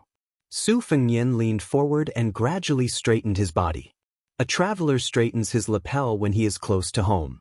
The tip of the long sword touched Su Fengnian's right chest. It was just a hair's breadth away from piercing through. The 20 or so flying swords behind Su Fengnian buzzed at the same time. After gathering together, they sounded like drums in the battlefield, resounding through the clouds. Bleeding from the 7 orifices? Su Fengnian was already bathed in blood. In particular, his face, which was not covered by the long robe, was constantly seeping blood. Before the dense sword energy could clear it, fresh blood would flow out. 10 li. The long sword had already pierced through his chest. Su Fengnian had maintained his posture from beginning to end with his palms pressed against the sword. He lowered his head to look at the sword. The blood obstructed his eyes, so his vision was somewhat blurry. Su Fengnian twitched the corner of his mouth and lightly spat out a mouthful of blood onto the sword. "I'm not having a good time, but aren't you also on the verge of collapse?" The long sword hummed, stirring up the flesh of Su Fengnian's wound. 5 li. The long sword of 1 zhang. 5 zhang was in front of Su Fengnian. The other 5 zhang was behind Su Fengnian. No one could imagine such a tragic scene. 3 li. The sword array was silent. Just like when the northern Liang steel cavalry truly launched a charge to the death, there were no shouts from the other armies. The sword had already pierced through 7 zhang. Su Fengnian's lips moved slightly, but his words were unclear. When he was young, his mother said with a smile, "Xiaonian, you have to remember, the Su family is the gateway to the Central Plains." It had nothing to do with who the Liang emperor was, and it had nothing to do with whether the people of the Central Plains scolded the Su family or not. The man who had never dared to talk back to the princess said boldly for the first time, "Xiaonian, don't take it seriously, don't take it seriously. War is not fun. Don't try to be a hero if you can." "What's wrong with my son, Su Shao? Must he sacrifice his life for the country? There's no such thing." Su Fengnian just said to himself, "Mother, I'll listen to you, not my father." 2 li. Behind him were the barren mountains and rivers of Yuzhou. The long sword had already pierced through 8 zhang. It wanted to struggle mightily between the weakening and exhaustion of its momentum. Su Fengnian's palms clenched into fists. His palms were badly mangled and his bones could be seen. He tightly gripped the long sword, which was only 3 zhang sharp, and pulled it out. 1 li. Su Fengnian staggered backward, but his hands were tightly pressed against his chest, tightly gripping the tail of the long sword. He didn't want to let go. Half a li. Su Fengnian continued to hold the tail of the long sword with one hand, while his other hand went behind his back and gripped the tip of the sword that had pierced through his chest. Beiliang's million-strong army is pressing down, but Liangzhou's Huda city and Yozhou's Xiaoguang city are still there. As long as one person in the city is still alive, the city is still there. Su Fengnian closed his eyes. Beiliang was unwilling to fight to the death and retreat. "Because we can't retreat." Su Fengnian didn't break the long sword with his bare hands. Instead, he broke the 1 zhang sword with brute force. After the sound of the long sword breaking, it seemed like a long period of time had passed. In the end, Su Fengnian bowed his head and stood to the east of the sword formation. He was only a few feet away from the solemn sword formation. Both of his hands were holding a broken sword. This 10,000 li sword could pass through the 4 paths and 19 provinces of Liang, but it couldn't take a single step into Beiliang. After the long sword was broken, the millions of strands of sword energy scattered in all directions. They were all blocked by the sword formation outside of Yuzhou. This summer, Great Peace City, where the sun was high in the sky, rained heavily. Sword Rain. Chapter 1546. When the white-robed monk transformed into a rainbow and arrived at the border of the Sea of Clouds, he saw the scarlet figure sitting cross-legged on the sword facing the east. Li Dongxin suddenly stopped. like flowing water, he stood still in the sky like a landscape painting. The white-robed monk looked at the wind and clouds that had been caused by the sword formation breaking through the air. He said, "Of the remaining 120,000 flying swords, half of them will not reach Great Peace City. Bailiang has this poor monk to help you stop the immortals from taking advantage of the situation. Great Peace City is even more so. This is unnecessary. It is better to save your will and use it to strengthen your foundation." Su Fengyan still held the two pieces of the sword that had lost its sharpness but still had its edge. He said softly, "I could not control myself." "You are still young." The white-robed monk shook his head and said with a smile, "Put yourself in someone else's shoes. If you were the emperor of Liang and watched as the Jianghu people and scholars brought their fates into Bailiang, would you be able to endure it? Great Peace City's original intention was to use this sword to cut off your fate. But Xie Guanyin added fuel to the fire and it became a situation where they would not rest until one of them was dead. According to the thoughts of Qi Yanglong, Huan Wen, and Yin Maochun, even if they want you to die, they should wait until the Beimeng army and the Bailiang cavalry are both heavily injured. If you die too early, it is not beneficial to the plan of Liang that Zhang Julu had planned. Su Fengyan raised his elbow and wiped the blood off his face. Xie Guanyin wants the world to be in chaos. He doesn't just want to gain fame from the Guangling battlefield, he also seems to want Chen Zhibao to replace me as the king of the Northwest. That's right, as long as I die, the three fronts of Bailiang will be shaken. The closest one to Bailiang is Huainan Jidushi Kainan. Yan Wenwan probably won't let him enter Yuzhou, let alone holding the imperial edict to take over the command of the Bailiang frontier army. And the king of Shu Chen Zhibao, who has a good reputation in Bailiang, is undoubtedly the best choice. Even if the Liyang imperial court is unwilling, they can only agree. After all, with Chen Zhibao in the northwest and monopolizing the power, it is better than Bailiang fighting on their own. In the end, Beimeng will break through the border and encroach on the central plains. Of course, in this way, apart from the Bailiang cavalry, Chen Zhibao also has Shishu and Nanzhao as strategic depth. This is equivalent to completing the best situation that my master, Li Yishan, originally envisioned. To the Zhaoshi of Liang, it is no different from a dove quenching its thirst. But there is no other way. Without this poisonous wine to quench their thirst, they will die even faster. The white-robed monk touched his bald head and said helplessly, "Just listening to it gives me a headache. You people of the imperial court, don't you feel tired?" Su Fengyan dismissed this with a smile. He turned his head and asked with a grin, "Zen Master, have you received the east-west and north-south commands?" The white-robed monk made a sound of acknowledgement and then did not say anything else. Su Fengyan waited for a long time but did not hear anything. Finally, the white-robed monk turned his head and looked at the young man who was sitting on the sword in the air. He said slowly, "The sword under your butt is trembling. How long are you going to pretend to be a master? Do you really think you are an immortal who eats the clouds, drinks the dew, and drinks the wind?" Su Fengyan's face was extremely embarrassed. The white-robed monk lifted his sleeve and gently waved it. Su Fengyan turned around with his sword and rushed towards Mount Wu. The white-robed monk flew beside him and said indifferently, "I am only sending you back to Fuxia town to help you pay back the money. Don't ask for a yard after getting an inch. You want me to help you scare Qi Jiajie and Chai Qingshan." Even if he didn't have energy to protect his body, there was still a cool breeze blowing gently, and he didn't feel the slightest bit of coldness when it brushed past his face. Even Su Fengyan exclaimed endlessly in his heart, "This is a Buddhist sect divine ability that can form a small world of 10 feet in all directions." Was it Dong Tai's sword? Or was it the Confucian sage Chao Chongqing who had turned into a tyrant? Su Fengyan thought about it carefully and found that the chances were slim. Perhaps guessing Su Fengyan's thoughts, the white-robed monk laughed and said in a self-deprecating manner, "This penniless monk is only good at taking a beating. I can't compare to you, Su Fengyan, who was able to completely withstand that sword strike.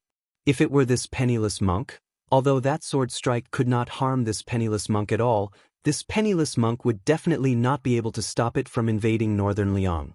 What? Do you want to steal this Buddhist skill? I advise you to give up this idea. Unless you are not king of Baoyang and shave your head bald one day. Su Fengnian hurriedly shook his head gently and looked down. The culprit's sword that was placed on his leg had severely injured his physique. The injury looked frightening, but the hole in his chest had actually started to be mended by the moving red threads, showing signs of stopping the bleeding. Su Fengnian estimated that he would need to recuperate for about half a year before he could fully recover. During this period of time, he might not even be able to defeat a grandmaster like Qi Jiajia, let alone Tuoba Bodhisattva. However, compared to the damage to his own qi that was easy to disperse and difficult to gather, the situation was already much better. After all, his body could slowly recover, and his qi dynamic and divine will could also be like a pond that slowly stored water. There would be a day when it would be full. The amount of water in a pond and the width of the pond depended on the strength of a martial artist's body. The more obscure depth was related to the qi and tao of the void. After Huang Sanjia scattered the fate of the dynasty into Jianghu, Wang Xinji possessed both. Therefore, he dominated martial emperor city for 60 years.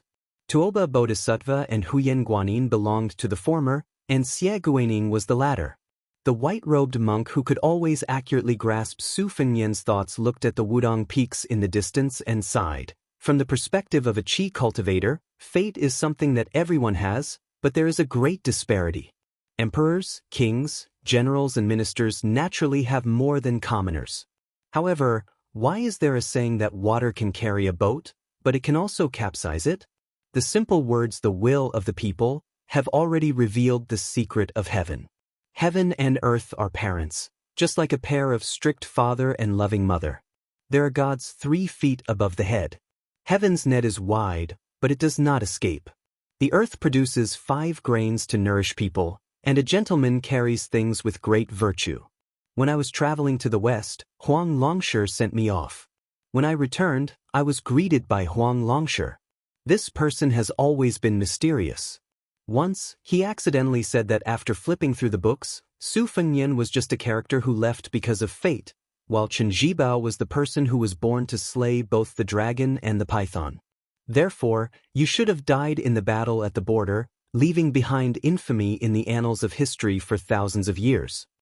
The white-robed monk probably knew that Su Fengnian was unable to speak frankly. He answered his own question. I have been staying in the 2 Zen temples for so many years. I often ask myself, why is there someone who can become a Buddha in this life, but not in the next life? Is it because those who become a Buddha will not become a Buddha? Buddhism has spread to the east, and when in Rome, do as the Romans do. The difference between Mahayana and Hinayana is becoming more and more obvious. I dare to say that there is an epiphany, and then put down the butcher's knife to become a Buddha. Sometimes, this penniless monk is also worried that this step might be a little too big. Actually, it is a good thing for Hinayana to abandon the world and pursue nirvana by oneself. It is even better for Mahayana to benefit the heavens, and to be merciful to others. Su Fengnian said with difficulty, "Isn't it still a headache?" The white-robed monk nodded. That's right. As they approached Mount Wudong, the lotus tip turned into an island in the sea of clouds. The white-robed monk suddenly said, "In the future, you might go to Great Peace City twice, but that is only a possibility. Just treat it as me prattling on and pretending to be mysterious. Don't worry too much." Su Fengnian smiled. I thought it would only be once. At this moment, strange movements appeared on the shoulders and sleeves of the white-robed monk's robes. It was as if hooks were tearing at the robes. Li Dongxin only waved his sleeves casually and patted his shoulders. Su Fengnian's expression was solemn. He subconsciously reached out to grab the broken sword on his knees. Immortals sat high in the 9 heavens, fishing with their rods. Those fishing lines that even qi cultivators could not see fell into the mortal world. At this moment, many of the hooks happened to hook onto the white-robed monk. The white-robed monk shook his head and smiled. Don't worry. As a member of the 3 religions, it is more troublesome. Su Fengnian could not help but curse inwardly. How could he not care? Anyone would not be able to keep their cool when the immortals who were fishing for luck in the heavens were tearing at their clothes like this. However, Zen Master, you are patting here and there like you are swatting flies. I can only follow you and not care.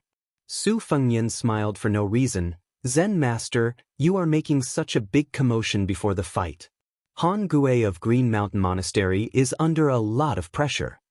The white-robed monk chuckled. This is what my daughter taught me. She said that when the Jianghu people at the foot of the mountain fight, before their fists hit their opponents, they would first perform a set of majestic fist stances on the spot. Not only can it boost their courage, it can also earn the cheers of others.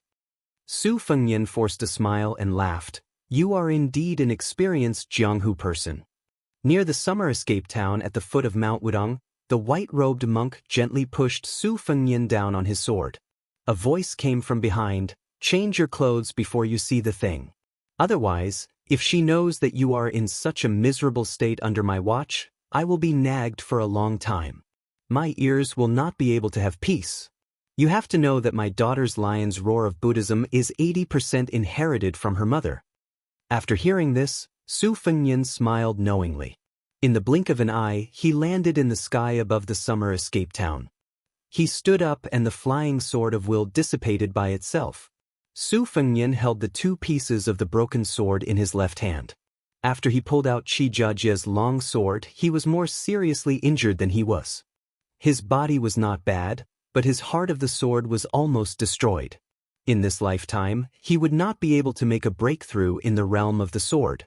Therefore, Su Fengnian really had to be wary of Cai Qingshan, who had chosen to stand aside for some reason. Chapter 1547.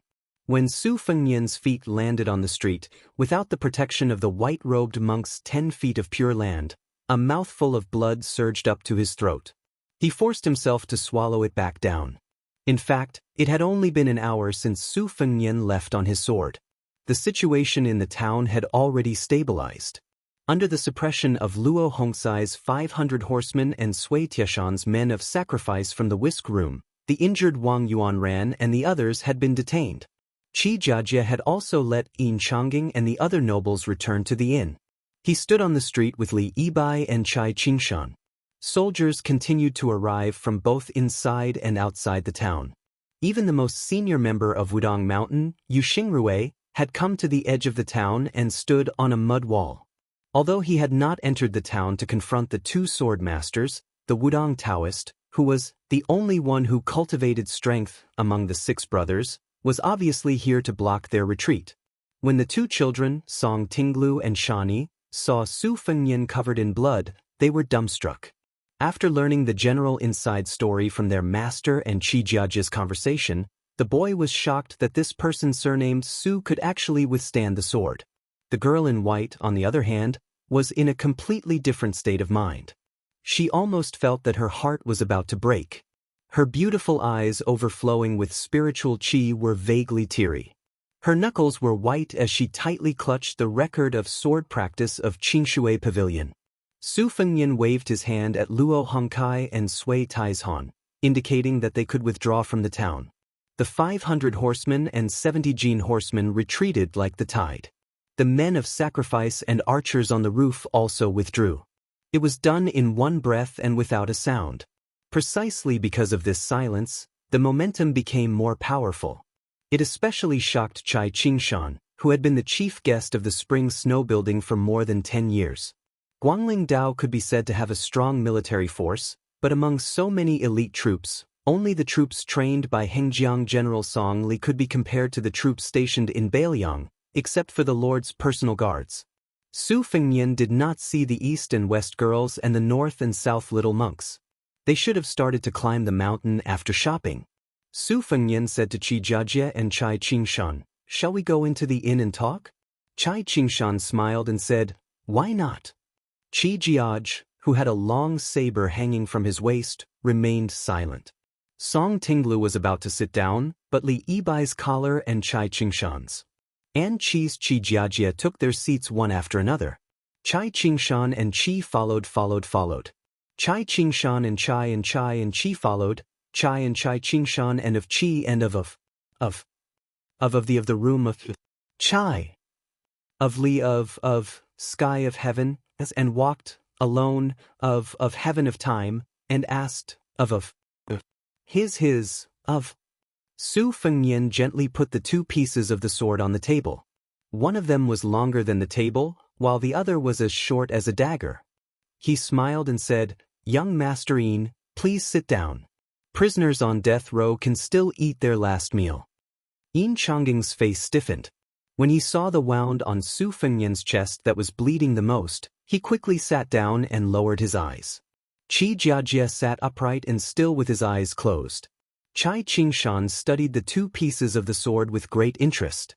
Although the sword came from the Dongyue sword pool's Dafeng sword furnace, except for the group of old swordsmiths in the sect, even he, the sect master, did not take a look at it.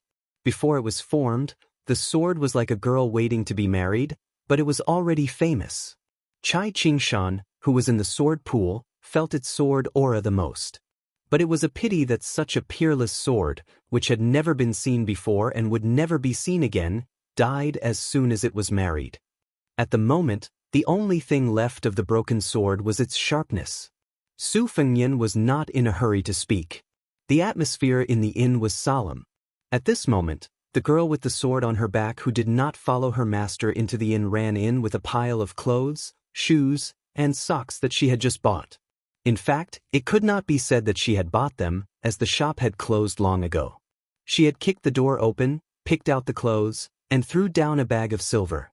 Shan Yi said timidly, "King of Bailiang, you gave me a secret manual, and I'll give you a set of clothes in return. Is that okay?" Su Fengnian smiled and said, "If it's a business deal, I'll lose a lot. But if it's a favor, then it doesn't matter. Miss Shan, just put the clothes on the table. I'll change them before I climb the mountain." Song Tinglu stood on her tiptoes with an anxious expression and whispered in the ear of her slender senior brother, Li Bai, Senior brother, what should we do? With junior sister like this, is she going to stay in Bailiang and not return to our sword pool?" Su Fengnian ignored the youth's worries and said straightforwardly to Qi Jiajie, "If this sword is successful, you will improve the path of the sword, and the imperial court will be reassured. In reality, I admire you. Everyone says that the sky is high and the emperor is far away. But you have schemed to do this. You really think highly of me, a person who is no longer in the Jianghu. Someone has done something to the sword. You already know, Qi Jiajie. I won't beat around the bush with you. You, Qi Jiajie, scram back to Great Peace City today. You are not allowed to use the sword for 10 years. Also, help me send a message to your master. I will find a chance to talk with him, just like we are now." Qi Jiajie suddenly opened his eyes. "What? You have no intention of talking?" Su Fengnian, who had been using his sleeves to cover his hands, slowly raised his arm, bent 2 fingers, and tapped on the extremely long broken sword. It was too much for the eyes to take in. At the same time, Su Fengnian laughed softly and said, "Breaking a willow and sending people away is not just a custom of the Central Plains. Bailiang has it as well. But Bailiang is not like you. Once people leave here, many people will not be able to come back. I wonder if you, Qi Jiajie, will do as the Romans do when you arrive in Bailiang?" The broken sword, more than 1 zhang long, was broken into dozens of pieces. The pieces of the broken sword rose into the air and spun lightly on the table like willow leaves leaving the branches and moving with the wind. Qi Jiajie snorted coldly.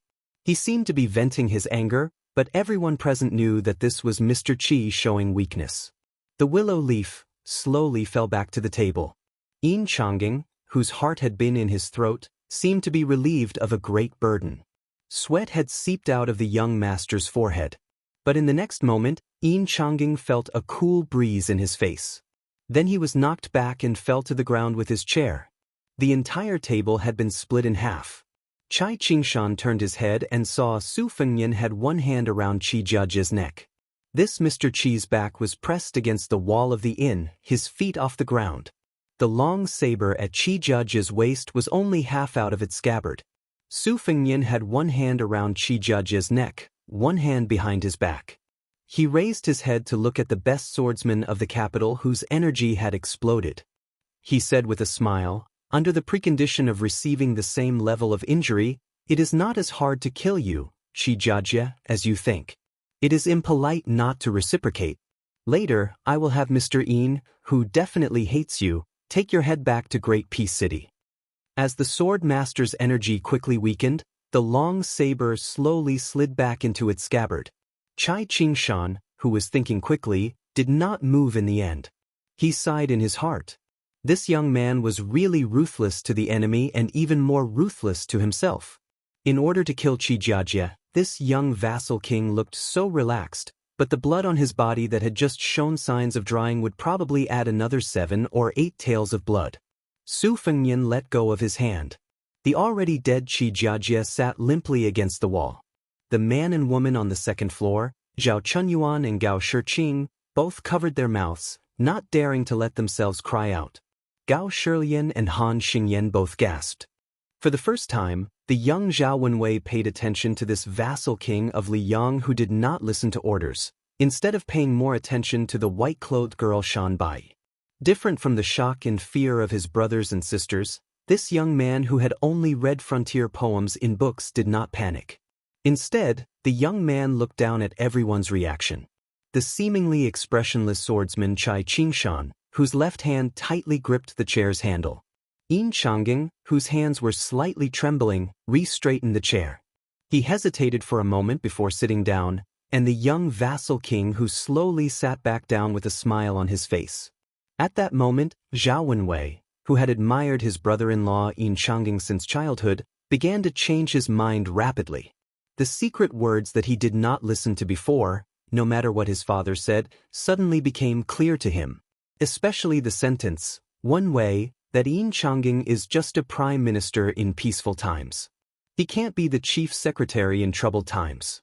It may not be a blessing for our Zhao family to have such a son-in-law." Su Fengnian smiled at Chai Qingshan and said, "Mr. Chai, I was surprised that you could hold back and not make a move." Chai Qingshan replied, "Your Highness couldn't hold back and made a move." This commoner was even more surprised. Su Fengnian, whose body reeked of blood, glanced at Chai Qingshan's 2 disciples and said, "Mr. Chai has taken in 2 good disciples. There is hope for Dongyue Sword Pool to rise again." Although Song Tinglu regarded this elegant but ruthless vassal king as a great enemy, he still couldn't help but straighten his back when he heard these words. Nonsense, being praised by one of the 4 grandmasters of martial arts evaluation, if this spread to Jianghu, he, Song Tinglu, would become famous overnight. In the future, when he left the sect to travel Jianghu, wouldn't he easily have friends all over the world? Chai Qingshan laughed heartily and said, "Then I will take advantage of your Highness' auspicious words." Su Fengnian smiled at the young Song Tinglu and said, "I heard that you want to be the second when bushing to become famous in the capital? There are dozens of willow leaf flying swords on the table. I will give them to you. Do you dare to accept them?" The young man raised his chin and said, "Why wouldn't I dare?" Chai Qingshan sighed helplessly. This troublemaker. These things were really troublesome to deal with. Su Fengnian really did put away the broken swords on the table. He stood up and said, "Young Master Yin, I will have to trouble you to take me to Qijiajie's room. I will change my clothes so that I can go up the mountain." The white-clothed girl looked at Su Fengnian's bloody hands and hurriedly picked up the clothes and said, "I will help my Highness bring them upstairs."